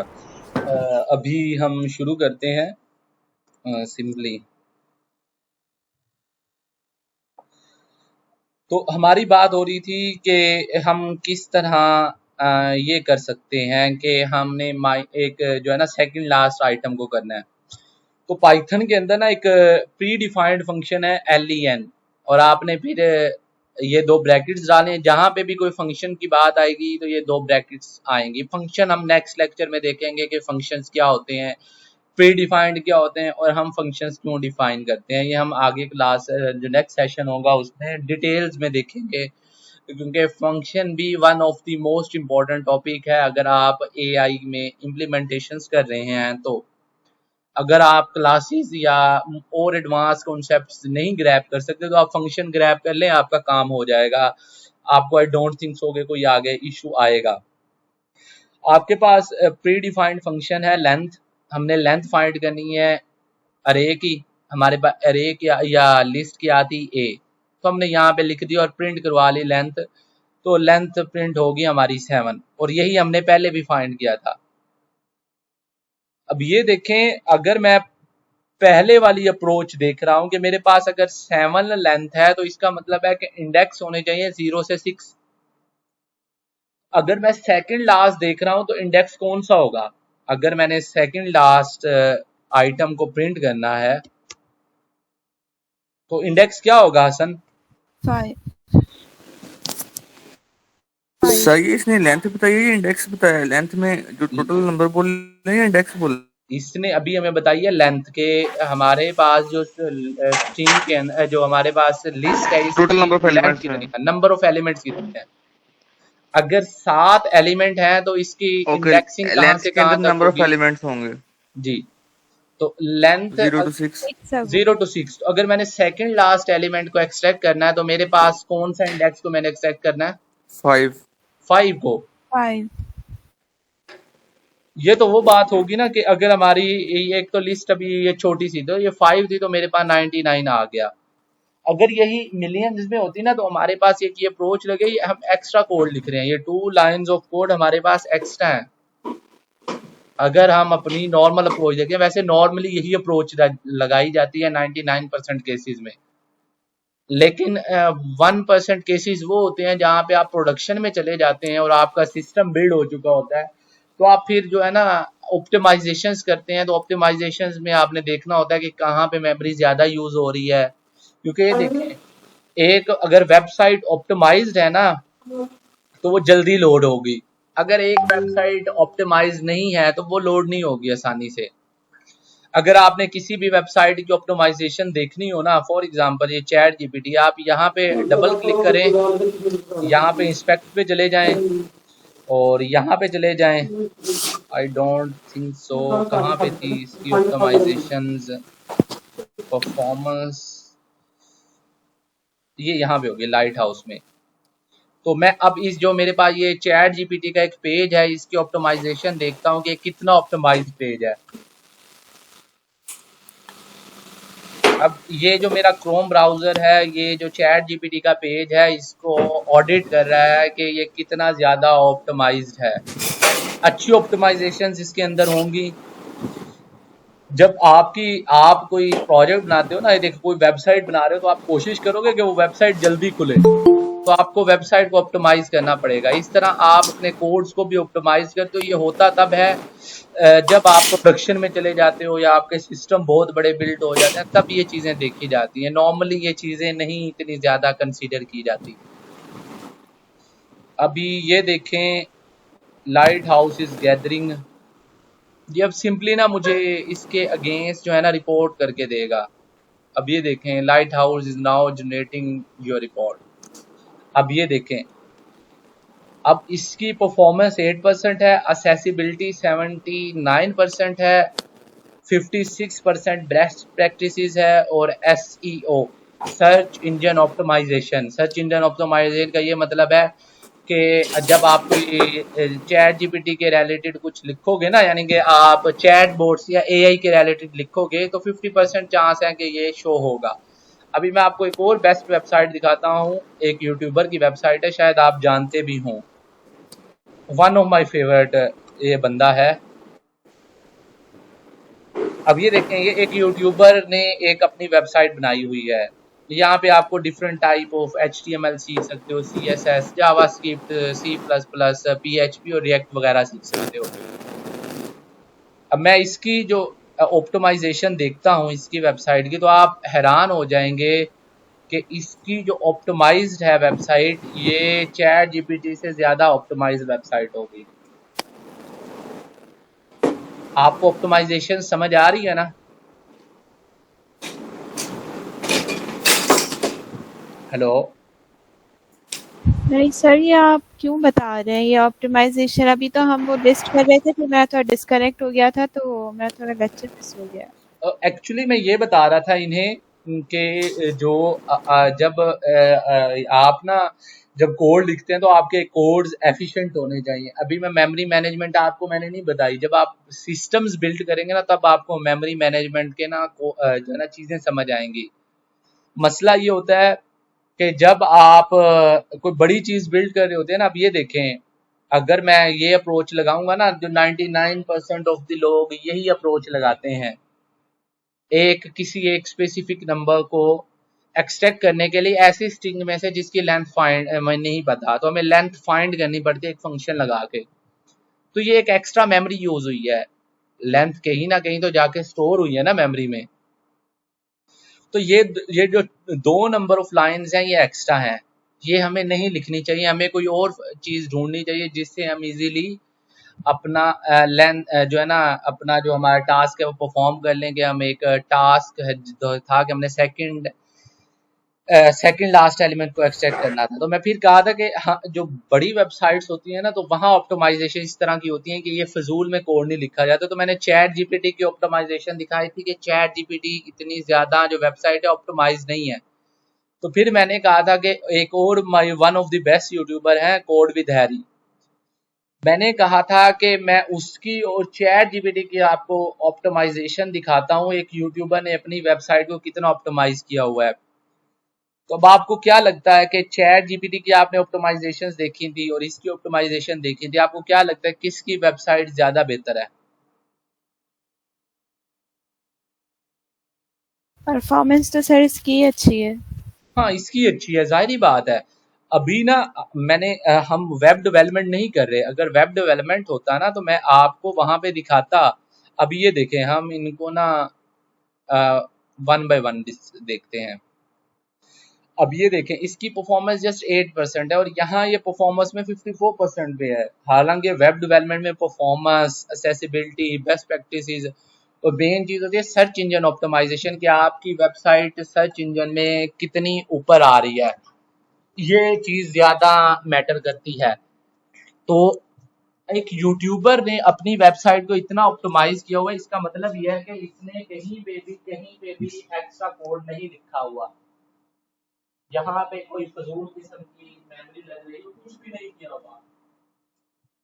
हमारे लिए भी बेस्ट प्रैक्टिस यही है कि हम अभी से जो है ना चीजों सर आपके कहने का मतलब है कि जो कोड वगैरह हम बनाते हैं तो मतलब वेबसाइट के ऊपर उससे वो ऑप्टिमाइज होती है। हाँ, यही चीजें हो रही होती हैं। अब ये देखें ना, एक वेबसाइट आपकी 10 पेजों के कोड से बनी हुई है। एक वेबसाइट है उसकी मेमोरी बनती है 200 जीबी या फॉर एग्जांपल 1 जीबी।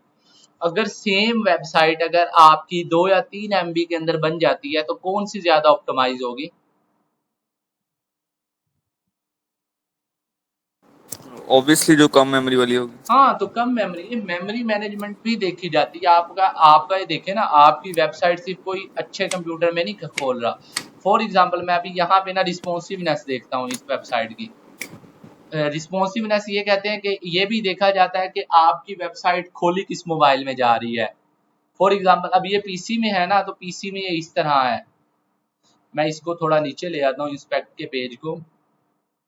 अब ये देखें, यहाँ पे आपके पास डिफरेंट फोन्स के टेम्पलेट्स दिए हुए हैं कि आपकी जो वेबसाइट है कौन से फोन में किस तरह लगेगी। फॉर एग्जांपल मैं आईफोन 14 प्रो मैक्स में देखता हूँ, तो ये जो कोड विद हैरी वेबसाइट है ये आईफोन 14 प्रो मैक्स में इस तरह नजर आएगी। अब देखें कि किस तरह फॉर्मेट चेंज हुआ है। तो ये देखा जाता है कि मेरी वेबसाइट फोन में भी अच्छी लगे, टैबलेट में भी अच्छी लगे और आपके आईफोन में भी अच्छी लगे और डिफरेंट टाइप ऑफ स्क्रीन भी अच्छी लगे। अब आप देखेंगे, मैं इसको रिस्पॉन्सिव करके दिखाता हूँ। अब ये देखें मेरे मोबाइल लैपटॉप में इस तरह। तो अब ये देखें, जैसे जैसे मेरी स्क्रीन चेंज होगी तो ये वेबसाइट खुद ब खुद चेंज हो रही है, यानी कि रिस्पॉन्सिव वेबसाइट है, यानी कि ऑप्टिमाइज्ड की हुई है लोगों ने। जिसने भी इसको बनाया तो ये एक ऑप्टिमाइज्ड है। तो इन चीज़ों को देखना है। ऐसे ही अभी के लिए आप कर सकते हैं कि अभी क्योंकि आप लर्निंग फेज में हैं तो आप जिस तरह मर्जी चाहे वेरिएबल बनाएं, जो मर्जी करें, अभी आपकी कोई चीज़ क्रैश नहीं करेगी। जब बड़े आप प्रोग्राम्स लिखेंगे तो वहां पे फिर आपको मसले बनेंगे। Is it clear now? हाँ, अब मैंने ये कहा था कि अब ऑप्टिमाइज हम उसी टास्क को किस तरह कर सकते हैं। मैंने कहा था कि एक तो इंडेक्सिंग होती है 0 से 5 तक। सेकंड इंडेक्सिंग ये होती है कि -1 से -6 तक। जो सबसे लास्ट एलिमेंट होगा वो -1 भी होगा, जो सबसे स्टार्ट में होगा वो वो आपको नहीं पता।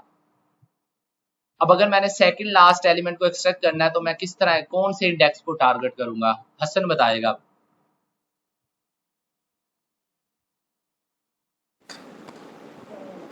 सर 4 को नहीं, ये देखो ना 4 को एक्सट्रैक्ट करने के लिए हमें एक्स्ट्रा कोड लिखना पड़ रहा था। फिर -2 को हाँ -2, ये देखो एक कोई भी स्ट्रिंग हो उसका जो लास्ट वाला एलिमेंट होगा उसका इंडेक्स है -1 बाय डिफॉल्ट। तो इसका ये मतलब है जो सेकंड लास्ट होगा उसका -2 होगा। तो मैं सिंपली जस्ट क्या करूंगा, सेम चीज को करने के लिए मैं यहाँ पे लिख दूंगा -2। अब ये कोड मैंने जो है ना इसको मैंने कमेंट आउट कर दिया। कमेंट आउट का मतलब ये है कि ये एग्जीक्यूट नहीं होगा। अब मैं वही task just 1 line of code से करूंगा जिसके लिए मुझे 3 लाइनें लिखनी पड़ी थी कोड की। तो इस तरह आपने देखना है, लेकिन अभी के लिए छोड़ दो। अभी के लिए मैं कह रहा हूँ कि इवन अभी भी 95-96% लोग इस तरह की चीजें नहीं करते, वो बात कोड लिख ही जाते हैं क्योंकि अब हर बंदे के पास जो है ना सिस्टम अच्छे हैं, मोबाइल भी अच्छे हैं, उनमें मेमोरीज वगैरह हैं, तो वो चीज़ें अब इतना बड़ा इशू नहीं रहा। लेकिन फिर भी देखा जाता है इन चीज़ों को जब आप किसी बड़ी फॉर्म में काम कर रहे होते हैं। लिस्ट आई थिंक यहाँ तक सबको क्लियर हो गई होगी। सबको क्लियर हो गई है?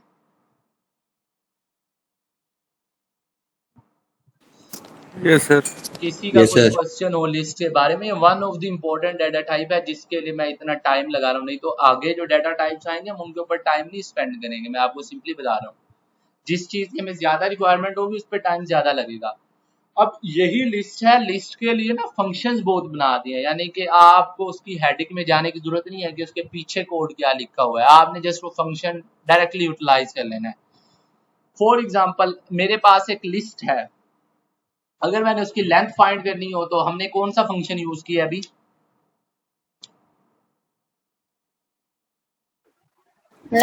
एलियन। हाँ, एलियन।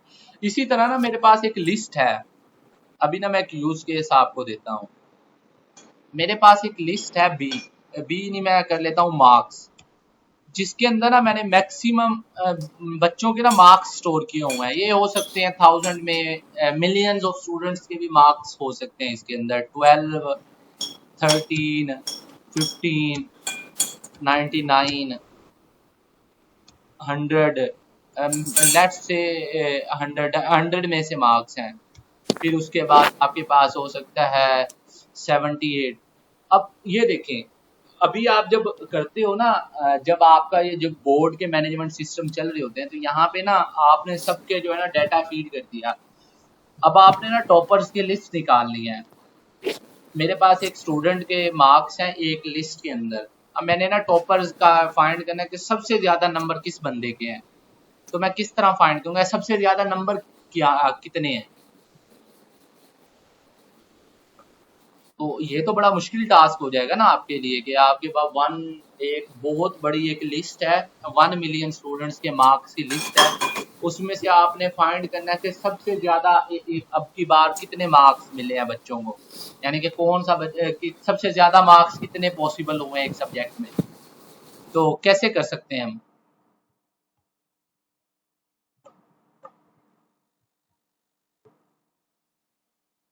तो इसके लिए ना आप अगर यही कोड लिखे ना, अभी ये देखें, मैं अभी ना चैट जीपीटी से लिखवाता हूँ, इसके ना डिफरेंट एल्गोरिदम्स बने होते हैं।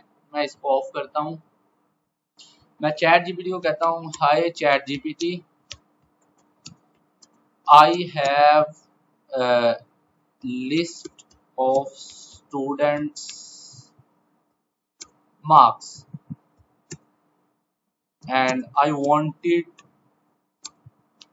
To find out the maximum marks in the list। मैं आगे लिखूंगा do not use max function। एक फंक्शन है जिससे ये चीज हम फाइंड कर सकते हैं, लेकिन मैं चैट जीपीटी को कह रहा हूं कि मैक्स फंक्शन यूटिलाइज ना करे। अब ये देखें, ये एक कोड लिख के देगा। अब ये देखें, इसने ना एक कोड लिख के दिया है मुझे। अभी ये यहाँ कोड आ गया है, मैंने चैट जीपीटी से डायरेक्टली कॉपी कर लिया, इवन मैं इसको वेरीफाई भी नहीं कर रहा। ये इसका कोड था, इसने चलो लिस्ट भी खुद ऐड कर दी है मार्क्स की। ये देखें, हमारे पास में एक मार्क्स है, और उसके अंदर ये डिफरेंट स्टूडेंट्स के मार्क्स हैं और हमने फाइंड आउट करना है कि मैक्सिमम मार्क्स इसके हैं। तो ये इतना लंबा कोड लिखा है इसने, चैट जीपीटी ने। ये देखें, तो सबसे ज्यादा वैसे इस लिस्ट में मार्क्स कितने हैं? हेलो, 95. 95। अब इस 95 को एक्सट्रैक्ट करने के लिए हमें इतना लंबा कोड लिखना पड़ा है कि जो है ना एल्गोरिदम ये लिखा गया है किसी ने। जब आप कोई किसी चीज को ऑटोमेट करते हो ना, किसी टास्क को, तो वो एल्गोरिदम ही होता है। अब पाइथन में ना एक चीज आसानी है, जिस वजह से मैं कहता था कि why Python is more important. अभी यही जो टास्क था, इसको करने में इतना लंबा आपको कोड लिखना पड़ा। मैं इसको यहाँ कॉपी कर रहा हूँ और मैंने मैक्सिमम मार्क्स फाइंड करने हैं। तो मैं सिंपली क्या करूंगा, मैं ये करूंगा प्रिंट मैक्स, एक फंक्शन है, सिंपली ये मैक्स लिख के अंदर 2 ब्रैकेट्स और इसके अंदर मैं अपने स्ट्रिंग का नाम लिख दूंगा 95। द सेम थिंग, जहां आप एक किसी और के लिखा हुआ कोड को यूटिलाइज नहीं करे तो आपको इतना बड़ा कोड लिखना पड़ा एक छोटे से टास्क के लिए। तो वही काम पाइथन के अंदर प्री बिल्ड फंक्शन यूटिलाइज करने से आप इवन 1 लाइन ऑफ कोड से आपने ये चीज एक्सेस कर ली है। तो ये फंक्शंस जो प्री बिल्ड है, इनको अब ये देखें, ये इसमें कोई रॉकेट साइंस नहीं है कि अगर मैं कहूँ ना कि ये रॉकेट साइंस है लेंथ या मैक्स, तो ये आपको जहन में होने चाहिए कि what is length, what is max, कौन सा टास्क मैं किस फंक्शन से कर सकता हूँ। तो यहां तक समझ आ रही है सबको? Hello, Yes, sir. ठीक हो गया सिंपली। अब इसी तरह हमारे पास एक और है, ये तो था लेंथ का, फिर उसके साथ सर हमने, मुझे एक चीज क्लियर नहीं हुई जब आपने जी बोले।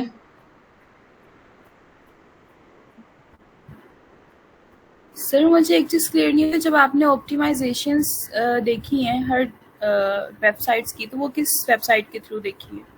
और ये एक्चुअली ना आपका जो क्रोम है ना, क्रोम, ये एक फंडामेंटल एक जो है ना आईडीई है, यानी कि ये डिफरेंट HTML जो है ना पेजेस को एक्सट्रैक्ट कर रहा होता है। ये यूँ समझ लें, किसी भी आप वेबसाइट को क्रोम या किसी भी ब्राउजर के अंदर आप उसकी जो है ना ऑप्टिमाइजेशन देख सकते हैं। फॉर एग्जांपल मैंने यहाँ पे किया था, आपने सिंपली किसी भी वेबसाइट पे जाना है, मैं आपको सिंपली, आप ना इसका काला चिट्ठा खोल सकते हैं किसी भी वेबसाइट का। अभी चलो ना मैं आपको ना एक चीज देता हूँ, आप में से लैपटॉप पे कौन कौन बंदा है? मी। हाँ ठीक है, जो जो भी बंदा है ना, मैं आपको ना एक फाइल सेंड करता हूँ, मेरे पास होगी। लेट्स सी, इधर हो रही है ना हमारी मीटिंग, अगर वो यहाँ आ जाती है तो यहीं से आप लोग कर लीजिएगा। आई थिंक यहाँ पे कोई चीज ऐड नहीं कर सकते, तो मैं वहीं पे व्हाट्सएप में करता हूँ। ये चीज हमने कल करनी थी डिस्कस, जो आज मैं आपको थोड़ा सा उसका हिंट दिखा रहा हूँ। ये हम कल बिल्ड करेंगे, जब हमारी कल क्लास होगी ना, इसको बिल्ड करेंगे। ये मैंने एक फाइल सेंड की है, इसको ओपन करें, index.html को।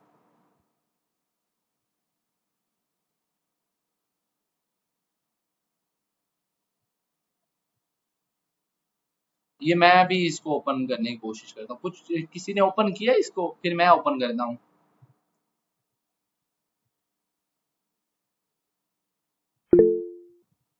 ठीक हो गया, क्या आया वहां पे? एक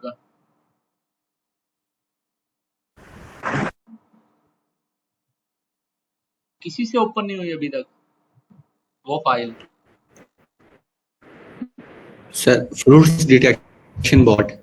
हाँ, फ्रूट डिटेक्शन बॉट, ये कल हम बिल्ड करेंगे। यानी कि कल हम एक मॉडल बिल्ड करेंगे और उसको ना वेबसाइट में डिप्लॉय करेंगे, और उस वेबसाइट को कोई भी बंदा यूटिलाइज कर सकता है सिंपली। फॉर एग्जांपल मैं भी आपको दिखाता हूँ, कल तो हम लाइव ही करेंगे उसको, बिल्ट ऑन के उसको। फॉर एग्जांपल मैं दिखाता हूँ, ये एक मैंने ना फ्रूट बोर्ड बनाया था, जिसमें आपने पहले क्लिक करना है स्टार्ट के ऊपर। तो अब ये वेबसाइट आई थिंक स्टार्ट होगी, अगर ये फुली लोड हो गई है तो यहाँ पे चूज फाइल पे जाएं, तो मेरे पास यहाँ कुछ ना कुछ फ्रूट्स के इमेजेस होंगे। ये 1 2 इमेजेस हैं, तो why it's not working? Okay,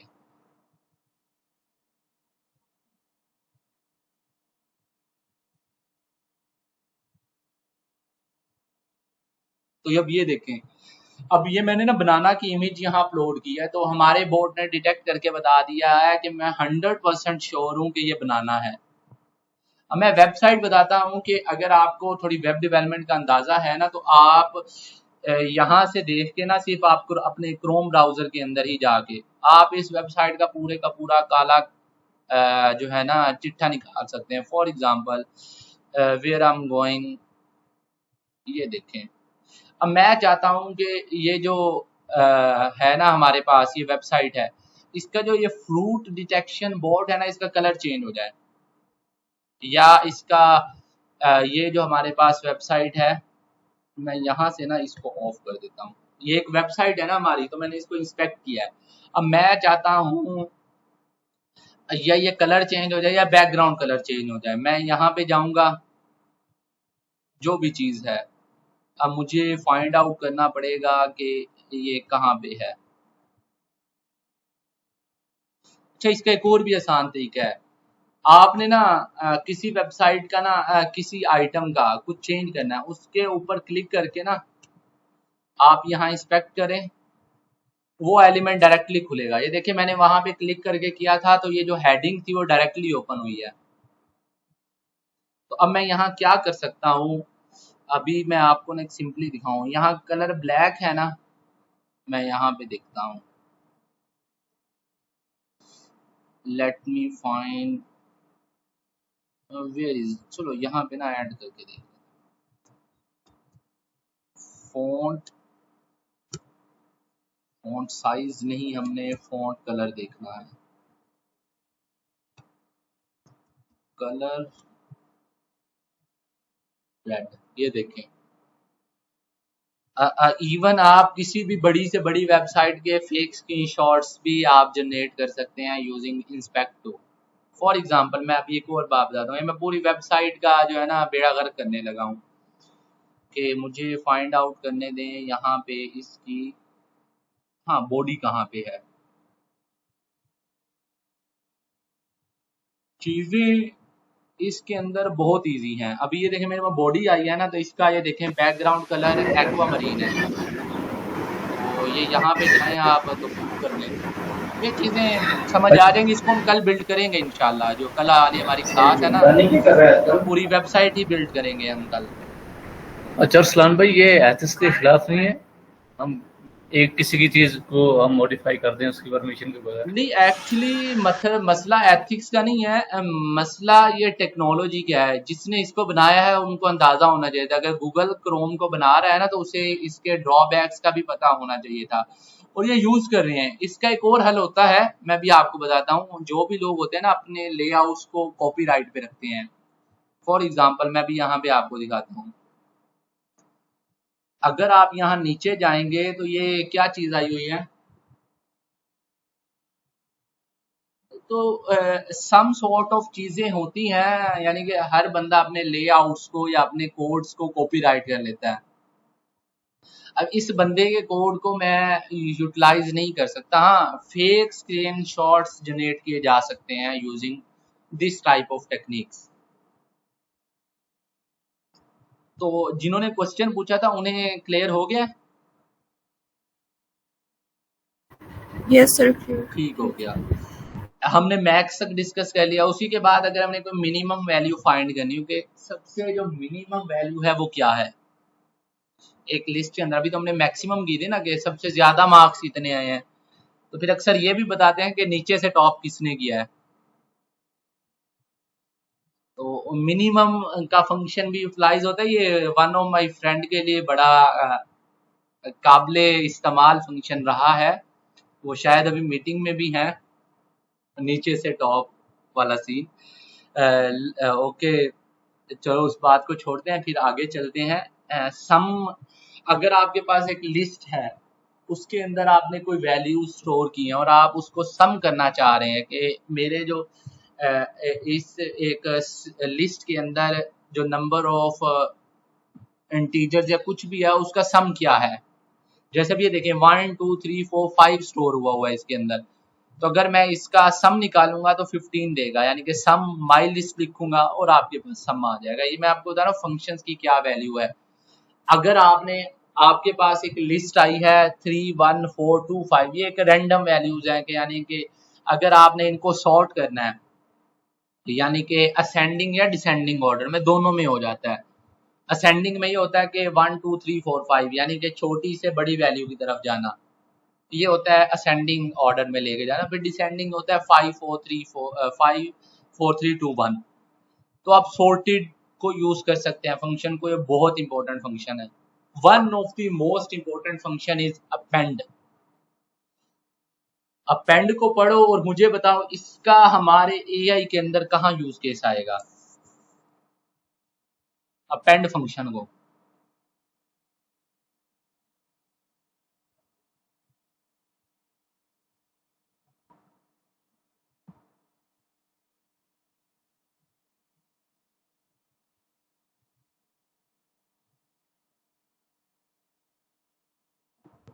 किसी को समझ नहीं आई अपेंड फंक्शन कहाँ भी यूटिलाइज होगा? सर जब हमने एक लिस्ट के अंदर दूसरी लिस्ट को ऐड करना होगा तो नहीं, वो इज समथिंग डिफरेंट। मैं अपेंड की बात कर रहा हूँ। ऐड मींस उसको एक्सटेंड करना, मतलब उसके एलिमेंट्स को उसके एलिमेंट्स के अंदर डालना। ठीक हो गया। और किसी को क्या समझ आती है पाइप हमारे एआई में कहाँ यूटिलाइज होगी? ये बहुत हमारे इवन कंप्यूटर वीएन के हर प्रोजेक्ट में अपेंड फंक्शन यूज होगा। कंप्यूटर वीएन के हर रिप्लेस करना है प्रोजेक्ट में। जी, रिप्लेस करने में आएगा वैल्यू को। नहीं रिप्लेस में भी नहीं आएगा। वो किसी को बताता है जिसको थोड़ा बहुत पता हो कंप्यूटर साइंस वगैरह का। हमारी जो लिस्ट है स्टैंड में जी बोले समथिंग एक्स्ट्रा ऐड करना, कुछ एक्स्ट्रा ऐड करना, अपेंड मतलब एक्सटेंड मतलब बढ़ाना। और किसी को कुछ समझ आता है? सर जिस तरह मशीन लर्निंग में हम लोग फीचर एक्सट्रैक्ट करने के बाद एक्सेल फाइल बनाते हैं, तो सम काइंड के फीचर्स जो होते हैं ना, कुछ की वैल्यूज जो होती हैं वो गिवन नहीं होती, या फिर उसकी वैल्यूज जो होती है वो नील में आ रही होती है। तो इस फंक्शन को यूटिलाइज करके उनके अंदर हम रैंडम वैल्यूज ऐड कर सकते हैं ताकि ऑप्टिमाइजेशन सही तरह हो। नहीं, वो उसके लिए तो हम रिप्लेस भी यूज कर सकते हैं। और एक और बात बताऊं, ये at the end of the list करता है। फॉर एग्जांपल आपकी एक नल वैल्यू है, वो मिडल में आ गई है। अब आपने उसको वहां पे रिमूव करके कोई नई चीज लगानी है, तो आप वहां अपेंड नहीं यूज कर सकती। अपेंड हमेशा at the end of the list डालता है, यानी कि एंड के ऊपर आइटम को डालेगा। ये मोस्ट इंपॉर्टेंट फंक्शन है in computer vision, most important. Sir इसके अंदर जैसे वो जो मतलब कि वैल्यू भी मैटर करती है कि हम किसको एक्सटेंड करना है और किसको नहीं करना। अभी मैं आपको बताता हूँ, अपेंड का मतलब ये होता है कि मतलब कि जो एक 4 लिस्ट है, 4 और 5 इसकी वैल्यू ज्यादा थी तो तब ये एक्सटेंड हुआ है तब, या फिर मतलब वो उससे ऐड कर देना है, उसकी से मैटर नहीं करता बड़ा है छोटा है। अभी मैं आपको ना सिंपली बताता हूँ। It's one of the most important function जो इवन हमारे कंप्यूटर वीएन के इन एवरी प्रोजेक्ट में यूटिलाइज होगा। वाई क्यों होगा इसकी मैं इंपॉर्टेंस आपको बताता हूँ। आपके पास ना 1 लाख इमेजेस हैं, आपने उसको एक लिस्ट में डालना है। कैसे डालेंगे?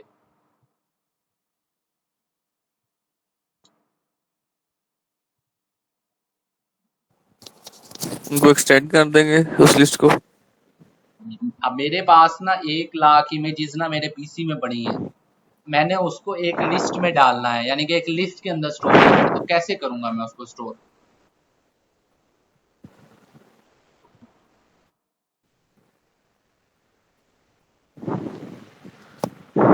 किसी को अंदाजा नहीं है?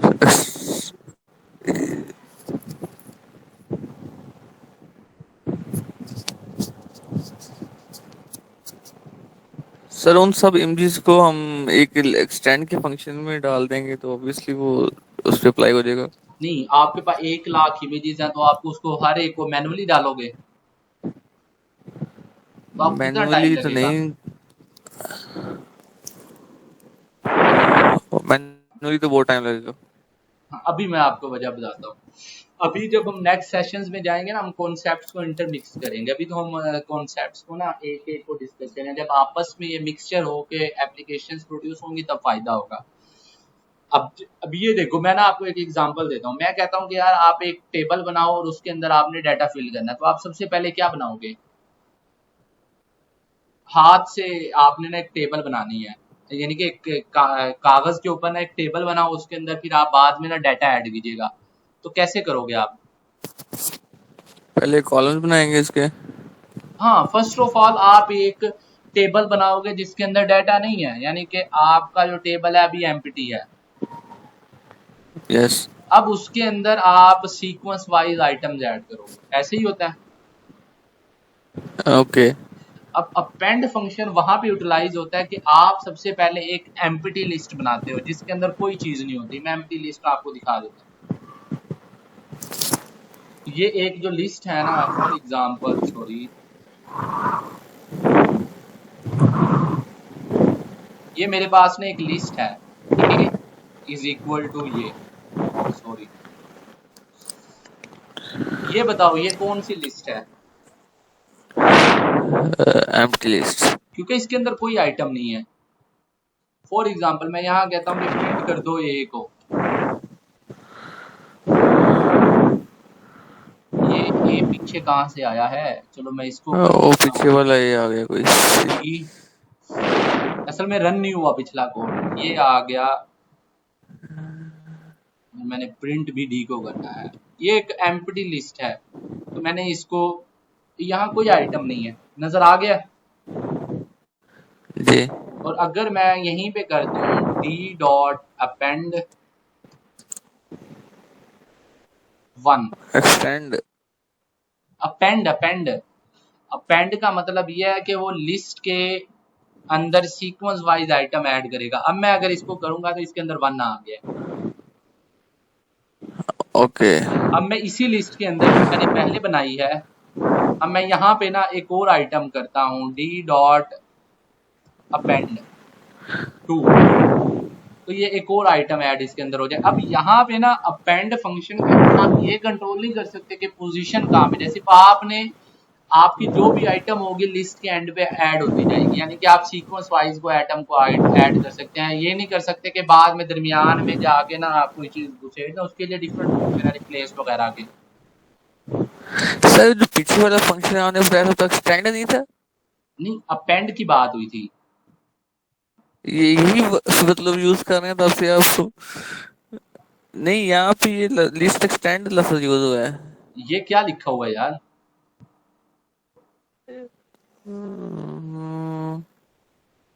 अच्छा, ऊपर वाले की बात कर रहे हैं आप, सॉरी। तो आइटम हमेशा एट द एंड ही हम ऐड करेंगे। फॉर एग्जांपल मैं भी ना आपको सिर्फ सिंपल सा दिखाता हूँ। अगर मेरा प्रोजेक्ट पड़ा हुआ ना ऑन स्क्रीन, अगर मेरा सामने पड़ा हुआ कोई प्रोजेक्ट, तो मैं आपको दिखाऊंगा। इवन हर एक प्रोजेक्ट के अंदर आपको यूटिलाइज होगा। कंप्यूटर वीएन का जहां पे भी प्रोजेक्ट आएगा ना, वहां पे यूटिलाइज होना ही होना है। मैं इसको ओपन करता हूँ, ये सर इस फंक्शन के अंदर एक से ज्यादा एलिमेंट भी ऐड कर सकते हैं हम? आप जितने मर्जी अपेंड कर लें चीजें।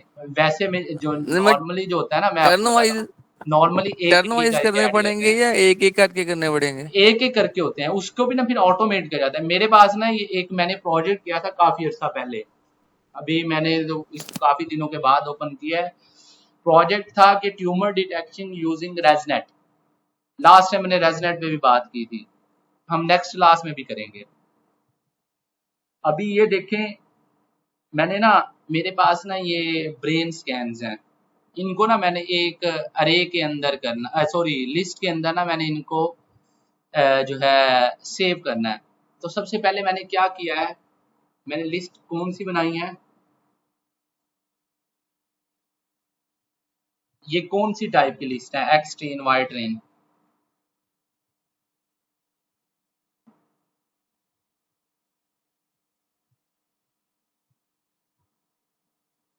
किसी को समझ नहीं है ये अभी मैंने जो दिखाई है, ये जो 4 लिस्ट मैंने बनाई है, ये कौन सी टाइप की लिस्ट है? Empty list. हाँ, एम्प्टी लिस्ट है। तो अब मैं क्या करूंगा, अब मैंने ना एक कोड लिखा है जो ऑटोमेटिकली एक एक करके अपेंड करता जाएगा। अब इस कोड में जो सबसे मेन पॉइंट है, ये देखें, एक्सट्रेन डॉट अपेंड इमेज, एक इमेज आई, उस पे ये तमाम फिल्टर्स लगे, फॉर एग्जांपल मैंने पहले इमेज को रीड किया, फिर उसके ऊपर बायलैटरल फिल्टर लगाया, फिर उस पर कलर मैप किया, उसके बाद मैंने उसको रीसाइज किया। क्या किया है 224 बाय 224। उसके बाद मैंने उसको अपनी एक लिस्ट के अंदर अपेंड कर दिया। तो अब एक इमेज हो जाएगा ऐड, फिर दोबारा से ये लूप चलेगा, ये फिर से इस तरह ऐड करता जाएगा। तो ये जो अपेंड का फंक्शन है आपका ईच एंड एवरी प्रोजेक्ट में यूटिलाइज होगा, ईच एंड एवरी प्रोजेक्ट में। अब ये देखें अपेंड से जो आपका एक्सटेन है तो 1321, फिर जो आपका टेस्टिंग सेट है 300 इमेजेस इसने ऐड किए हैं, फिर 1595, फिर 405। तो ये चीजें हमारी यूटिलाइज होंगी। तो अपेंड की इंपॉर्टेंस का अंदाजा हो गया सबको।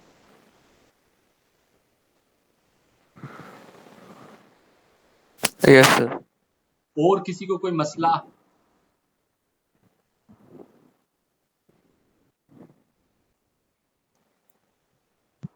Is anybody having any issue? No. ठीक हो गया। आज वैसे हम बहुत डिस्ट्रैक्ट हुए हैं, ये ऑप्टिमाइजेशंस की तरफ चले गए हैं। मेरा प्लान नहीं था उनको डिस्कस करने, इवन मेरा अंदाजा भी नहीं था कि हम उनको डिस्कस करेंगे। जो आज बातें डिस्कस हुई हैं जिसमें हमारा बहुत टाइम ज़ाया हुआ है आज। Okay let's go for another. ये मैंने कुछ फंक्शन लिखे हुए हैं, एक्सटेंड है, ये आपने खुद एक्सप्लोर करना है। अब आपने कहा था जो इंसर्ट वाला था, ये जिसने कहा था कि मेरे पास एक जगह पे ना नल वैल्यू है और मैंने वहां पे कोई आइटम ऐड करनी है, तो उनके लिए फंक्शन है इंसर्ट। इंसर्ट में ये होता है कि आप first of all index number लिखते हो और वो आइटम लिखते हो कि आप ऐड क्या कर रहे हो। अब ये देखो, ये मेरे पास ना एक लिस्ट है, माई लिस्ट 1 2 3। अब मैंने इंडेक्स 1 किया है कि 1 इंडेक्स के ऊपर ए को ऐड कर दो, तो आउटपुट क्या होनी चाहिए? ये जो ए है ये कहाँ ऐड होगा?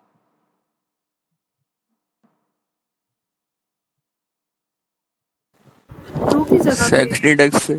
हाँ ये देखो ना, ये देखो अब 1 का इंडेक्स क्या है 0, तो अब उसने कहा है कि भाई जो ये देखो ना 0 इंडेक्स पे 1 है, लेकिन हमने 0 इंडेक्स पे ऐड नहीं करना ए को, हमने 1 इंडेक्स पे ऐड करना है।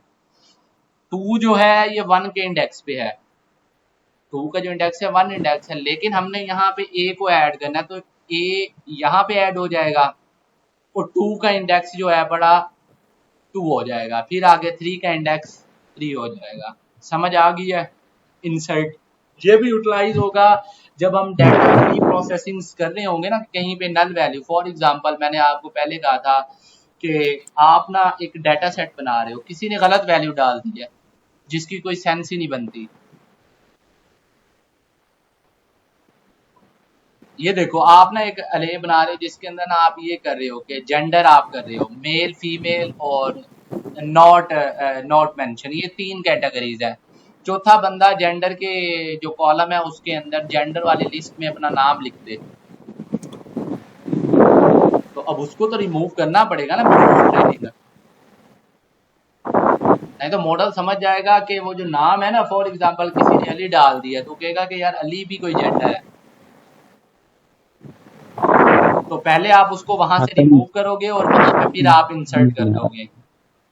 रिमूव भी फंक्शन है, ये देखें जैसे अब ये देखें रिमूव है, रिमूव के अंदर आपने ना इंडेक्स डालना होता है कि कौन से इंडेक्स से आपने कोई चीज रिमूव करनी है। अब यहाँ से ना 2 के इंडेक्स से जो भी आइटम है उसको रिमूव कर दो, तो कौन सा नंबर जो है बड़ा आपका रिमूव होगा लिस्ट से?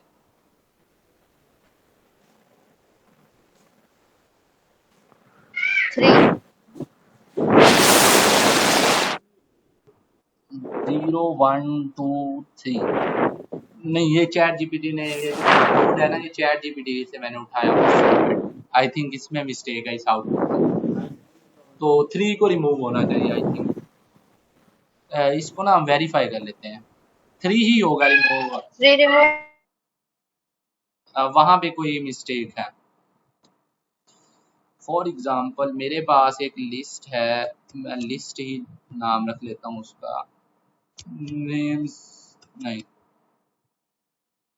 हम्म, सर इस तरह तो ये हर लैंग्वेज के अनलिमिटेड फंक्शन होंगे तो हम किस तरह हर फंक्शन को याद कर सकते हैं? नहीं, फंक्शन हर कोई यूटिलाइज नहीं किया जाता, ये जिंदगी में याद रखना। मैंने शुरू दिन से कहा था कि you are not going to be expert in one language. आप किसी भी, फॉर एग्जांपल मैंने आपको एग्जांपल दी थी मोनाई की, आप पूरी जिंदगी लगा के मोनाई नहीं सीख सकते, पूरी जिंदगी लगा के आप टेंसर फ्लो नहीं सीख सकते, कि वो हजारों लोगों की मेहनत है। हमें सिर्फ उन चीजों को याद रखना है कि जो हमारे काम आएंगी, सिर्फ उन चीजों को। जो चीज हमारे काम की नहीं है हम उसको यूटिलाइज नहीं करेंगे। जैसे मैंने अब सबसे ज्यादा किस चीज पे जोर दिया है कि आपने अपेंड को जरूर याद रखना है, अपेंड बहुत ज्यादा यूज होगा। फिर एक फंक्शन लेंथ बहुत ज्यादा यूज होगा। फिर आप किसी लिस्ट के अंदर से इंडेक्सिंग करके किसी को निकाल सकते हैं। फिर उसके बाद आप ये देखिए ना, आपने ये याद रखना है कि आपका टास्क क्या है, आपने कोई चीज इंसर्ट करनी है, रिमूव करनी है। जब आप प्रोजेक्ट कर रहे होंगे तो आपको पता चल जाएगा मैंने कोई चीज इंसर्ट करनी है, सीधा चैट जीपीटी से जाके पूछो, जैसे मैं भी पूछता हूँ। मैं चैट जीपीटी को कहता हूँ I wanted to remove a number from list at index of 2। अब चैट जीपीटी मुझे रिमूव फंक्शन लिख के देगी 110%। हाँ, इसने एक और फंक्शन भी यूटिलाइज कर लिया, डेल भी हो सकता है। अब ये देखें, जो नंबर 2 के इंडेक्स पे था इसने उसको रिमूव कर दिया है। तो ये चीजें हैं जो आपको चीजें ना याद रखने की इतनी ज्यादा ना जरूरत नहीं है। आप चैट जीपीटी से जाके पूछेंगे आपको और बहुत ज्यादा कुछ नजर आएगा, सिर्फ आपको टर्मिनोलॉजीज का पता हो।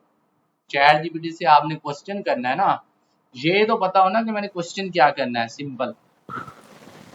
ओके।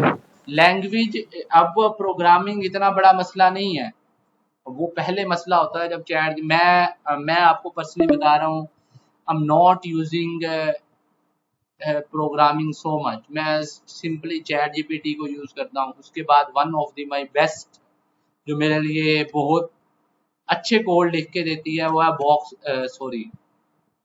box.ai, I think. हाँ, नहीं, box.ai नहीं है, blackbox.ai है।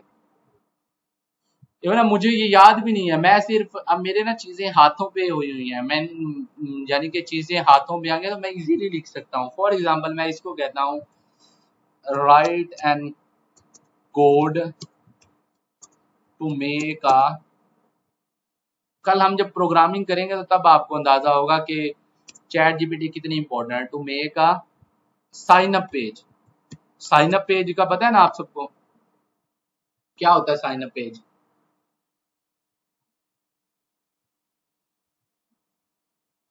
जब आप कहीं पे जाके कोई अकाउंट बनाते हो तो उस वेबसाइट के अंदर कोई साइन अप पेज होता है। अब इसने मुझे 3 फाइल्स लिख के दी हैं। एक HTML का कोड है, साथ ही मुझे CSS का इसने कोड लिख के दे दिया है, और अनदर वन इज जावास्क्रिप्ट का इसने कोड लिख के दे दिया है। तो मेरे लिए अब बहुत आसान है ये चीजें। अब ये देखो, मैं यहाँ पे अगर, चलो सिंपली मैं एक और बात करता हूँ, पब्लिश टू वेब, सही है, देखता हूँ ये रन हो जाएगा। नहीं, ये मेरे ना गिटहब पे जा रहा है, मैं भी दिखाता हूँ। मैं 3 फाइल्स नहीं रखते, मैं कहता हूँ मेक अ सिंगल फाइल। अगर मैं आप लोगों को शेयर करना चाहूँ तो मेरे पास कोई ऐसी फाइल होनी चाहिए कि जो मैं आप लोगों को शेयर कर सकूं। ये सिंगल फाइल होती है। तो इसने लिख दिया है। अब मैं इसको, हालांकि देखें मैं इतना बिलीव करता हूँ इसके ऊपर कि मैं अभी इसको रन नहीं कर रहा। हालांकि मैं यूजुअली जो है ना रेक्टिफाई करता हूँ चीज़ों को। चैट जीपीटी अंधाधुंध मैं बिलीव नहीं करता, लेकिन ना मैं यहाँ पे एक आप लोगों को दे रहा हूँ, आप लोग टेस्ट करेंगे कि क्या ये वर्क करता है। HTML dot sorry signup.php HTML।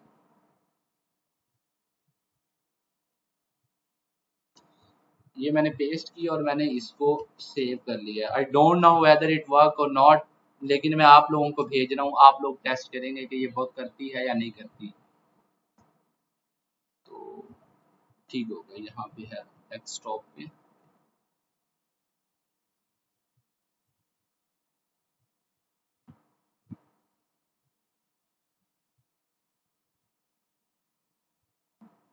Name देखने दे, नेम मैंने सही भी extension .html यहाँ पे नहीं करता मैं इसको मैं करता हूँ VS कोड में। चेक करे बगैर मैं आपको सेंड करूंगा, यानी कि मैं इस फाइल को रन नहीं करूंगा, लेकिन मुझे ट्रस्ट है AI पे कुछ हद तक।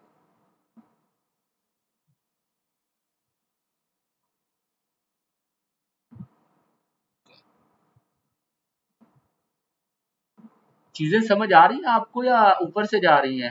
ज्यादा एडवांस तो नहीं हो रहा ना काम? हेलो सर, एडवांस नहीं हो रहा बट फ्लो में नहीं हो रहा। फ्लो में एक्चुअली तब होगा जब हम इनको ना आपस में चीजें मिक्स करेंगे। समझ आई है बात की? मैंने अभी कहा था मैं index.html जो मैंने अभी कॉपी किया मैं उसको यहाँ पे लिखता हूँ और मैं आप सब लोगों को, ठीक हो गया। मैं अब इसको ना रन नहीं कर रहा, मैं इसको यहाँ से सेव कर रहा हूँ। लेट्स सी क्या बनता है अगर आपके पास से ये एक्सटेंशन में चली जाती है तो।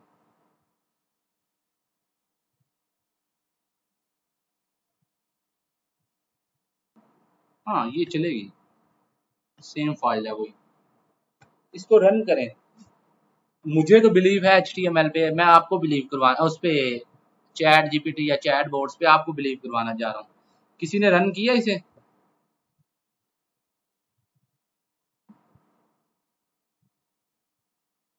हेलो, ये जो भी मैंने फाइल सेंड की है इसको किसी ने रन किया है?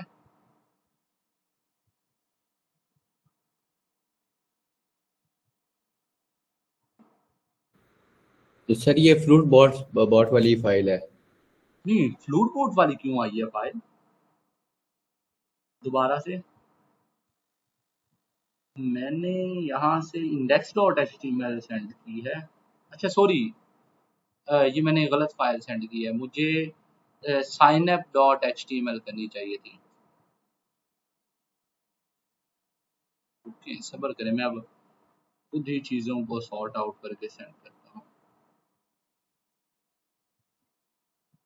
ठीक है, ये वो थी जो हमने चैट GPT से लिखवाई है। जी अब देखिएगा, अब जो मैंने फाइल सेंड की इसको रन कीजिएगा। ये क्या है?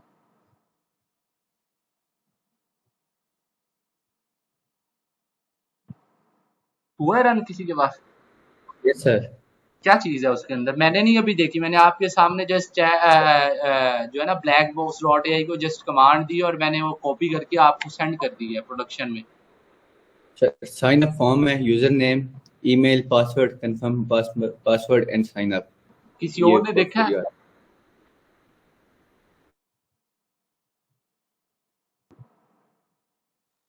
यस सर, यही फॉर्म है। हाँ तो क्या लगता है कि blackbox.ai या किसी भी चैट बोर्ड से कुछ हद तक बिलीव कर सकते हैं? Yes sir. तो अब मैं वो बता था, कोडिंग लिखने वाला ज़माना नहीं है, कोड लिखवाए जाते हैं, थोड़े रेक्टिफाई की जाती हैं कि ऐसी मिस्टेक्स जो चैट GPT ने कमिट की हैं कि वो प्रोडक्शन में नहीं जानी चाहिए। अक्सर ब्लंडर्स आ जाते हैं, वो हमें देखने पड़ते हैं। तो अभी मैं देखता हूँ, शायद मैंने तो अभी तक रन नहीं की, अभी मैं आपके सामने रन करूँगा इसे। लेट्स सी कैसा इसने जो है बनाया है। तो अभी ये देखें इसमें भी ब्लंडर्स हैं। अभी ये देखें, इसको यहाँ से थोड़ा बड़ा होना चाहिए था साइड पे। अब ये हो सकता है कि मैं कोई बैकग्राउंड कलर चाह रहा हूँ, या मैं कोई फॉन्ट डिफरेंट हो, या फॉन्ट साइज में डिफरेंट चाहता हूँ। तो मैं इन चीज़ों को कर सकता हूँ। फॉर एग्जांपल मैं यहाँ पे ना, ये इसने बैकग्राउंड कलर वाइट रखा है, तो मैं रेड कर दूंगा तो ये रेड हो जाएगा। इस तरह की डिफरेंट चीज़ें हम कर सकते हैं अकॉर्डिंग टू क्लाइंट। ये होता है ह्यूमन रेक्टिफिकेशन। सिर्फ मुझे पता है चीज़ों का। अब ये देखें, मुझे फंक्शंस का मैं स्ट्रक्चर समझता हूँ तो मैं रेक्टिफाई करता हूँ ना चीज़ें। ऐसे पॉसिबल नहीं होता। आपको कॉन्सेप्ट्स का पता हो, कोड्स आपके चैट जीपीटी लिख देगी। मैं आपको गारंटी दे रहा हूँ, अगर आपको कोड्स की अंडरस्टैंडिंग है, आपको कल मसला नहीं आएगा, आप लंबे लंबे कोड्स नहीं लिखेंगे। इवन मैं भी प्रेफर नहीं करता। हम एक कल जो है ना प्रोजेक्ट करेंगे, आप देखेंगे कि how beautifully we have done a project, कि हमने एक मॉडल बनाया, उसको ट्रेन किया, उसको हमने फिर एक वेबसाइट में जाके डिप्लॉय कर दिया और वेबसाइट को हमने लोगों में डिस्ट्रीब्यूट कर दिया। ये चीज़ है। कल ये करेंगे इंशाल्लाह, हम इस चीज़ को कल करेंगे। आप मुझे याद करेगा, मैंने ये जो फ्रूट्स वाली है इसको हम लाइव करेंगे इंशाल्लाह। देखता हूँ आज का लेक्चर थोड़ा एंड की तरफ लेके चलते हैं। उसके बाद टपल होता है। टपल का किसी को अंदाजा है?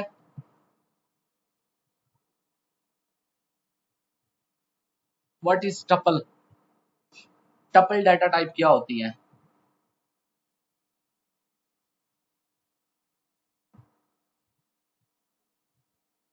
कोई बताएगा व्हाट इज टपल?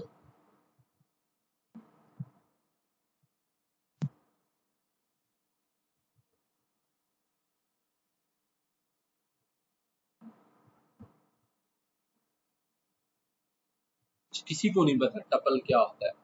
अब मैं बताऊँ, ये देखें, टपल और लिस्ट में ना एक सिंपल सा डिफरेंस बताता हूँ। लिस्ट इतनी ज्यादा क्यों यूज होती है? बिल्कुल, टपल एक ऐसी डाटा टाइप है जिसको अगर हमने एक बार डिफाइन कर दिया ना, बाद में हम उसको चेंज नहीं कर सकते, टेम्परिंग नहीं की जा सकती टपल के अंदर।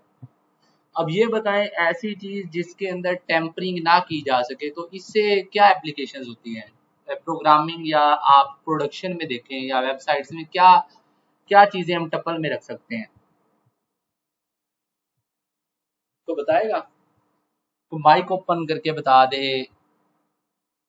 इट्स अ लर्निंग, सब सीखेंगे इंशाल्लाह। मैं आप लोगों से सीख रहा हूँ, आपके क्वेश्चन से। टपल का हम कहाँ यूटिलाइज कर सकते हैं टपल को?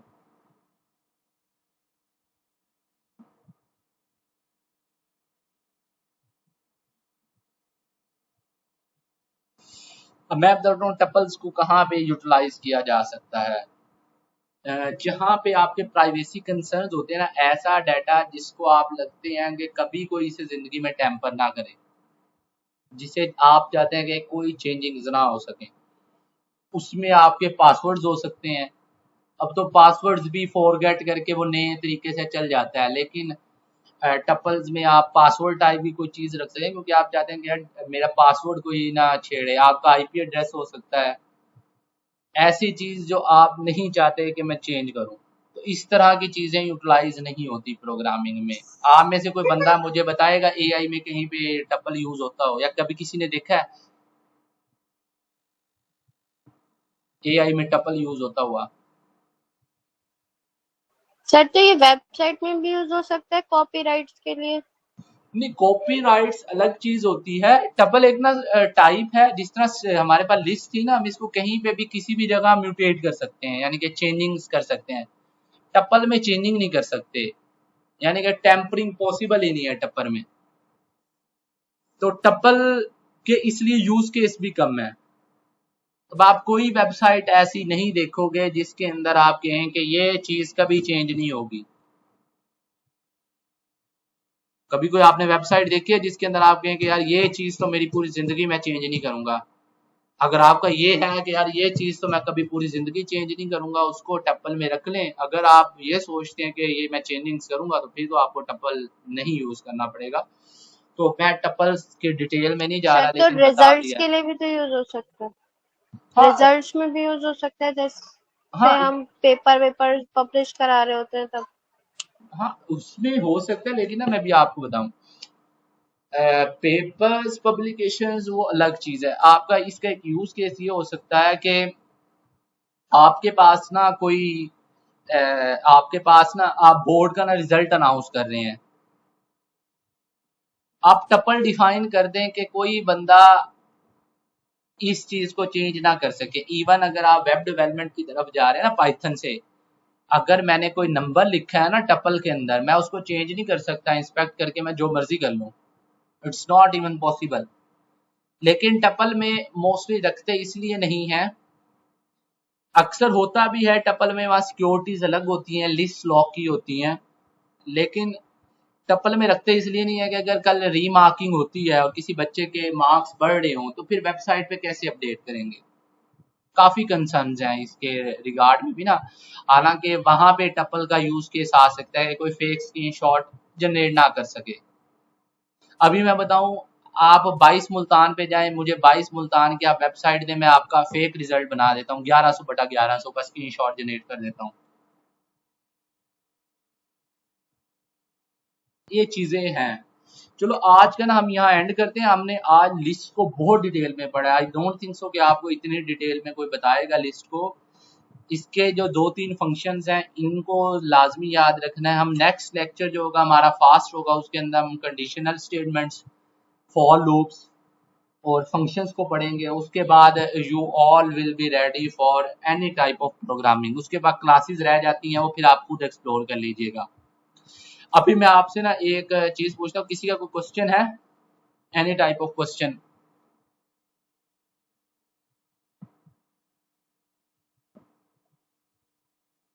हाँ, रिकॉर्डिंग हो रही है, रिकॉर्डिंग हो रही है, रिकॉर्डिंग आपको अवेलेबल हो जाएगी कल तक। अच्छा मुझे ये बताएं, अगर हम कल स्टीफन हॉकिंग की केस स्टडी को डिस्कस करें या फिर प्रोजेक्ट करें लाइव? जल्दी से बताएं, टाइम एंड होने वाला मीटिंग का। Live project.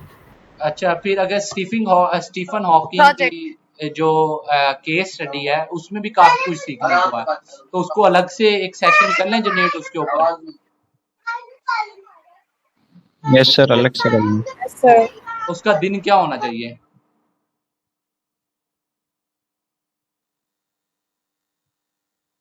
मंडे। ठीक हो सर गया, वीकडे में कर लें और ठीक हो गया, इंशाल्लाह फिर करते हैं।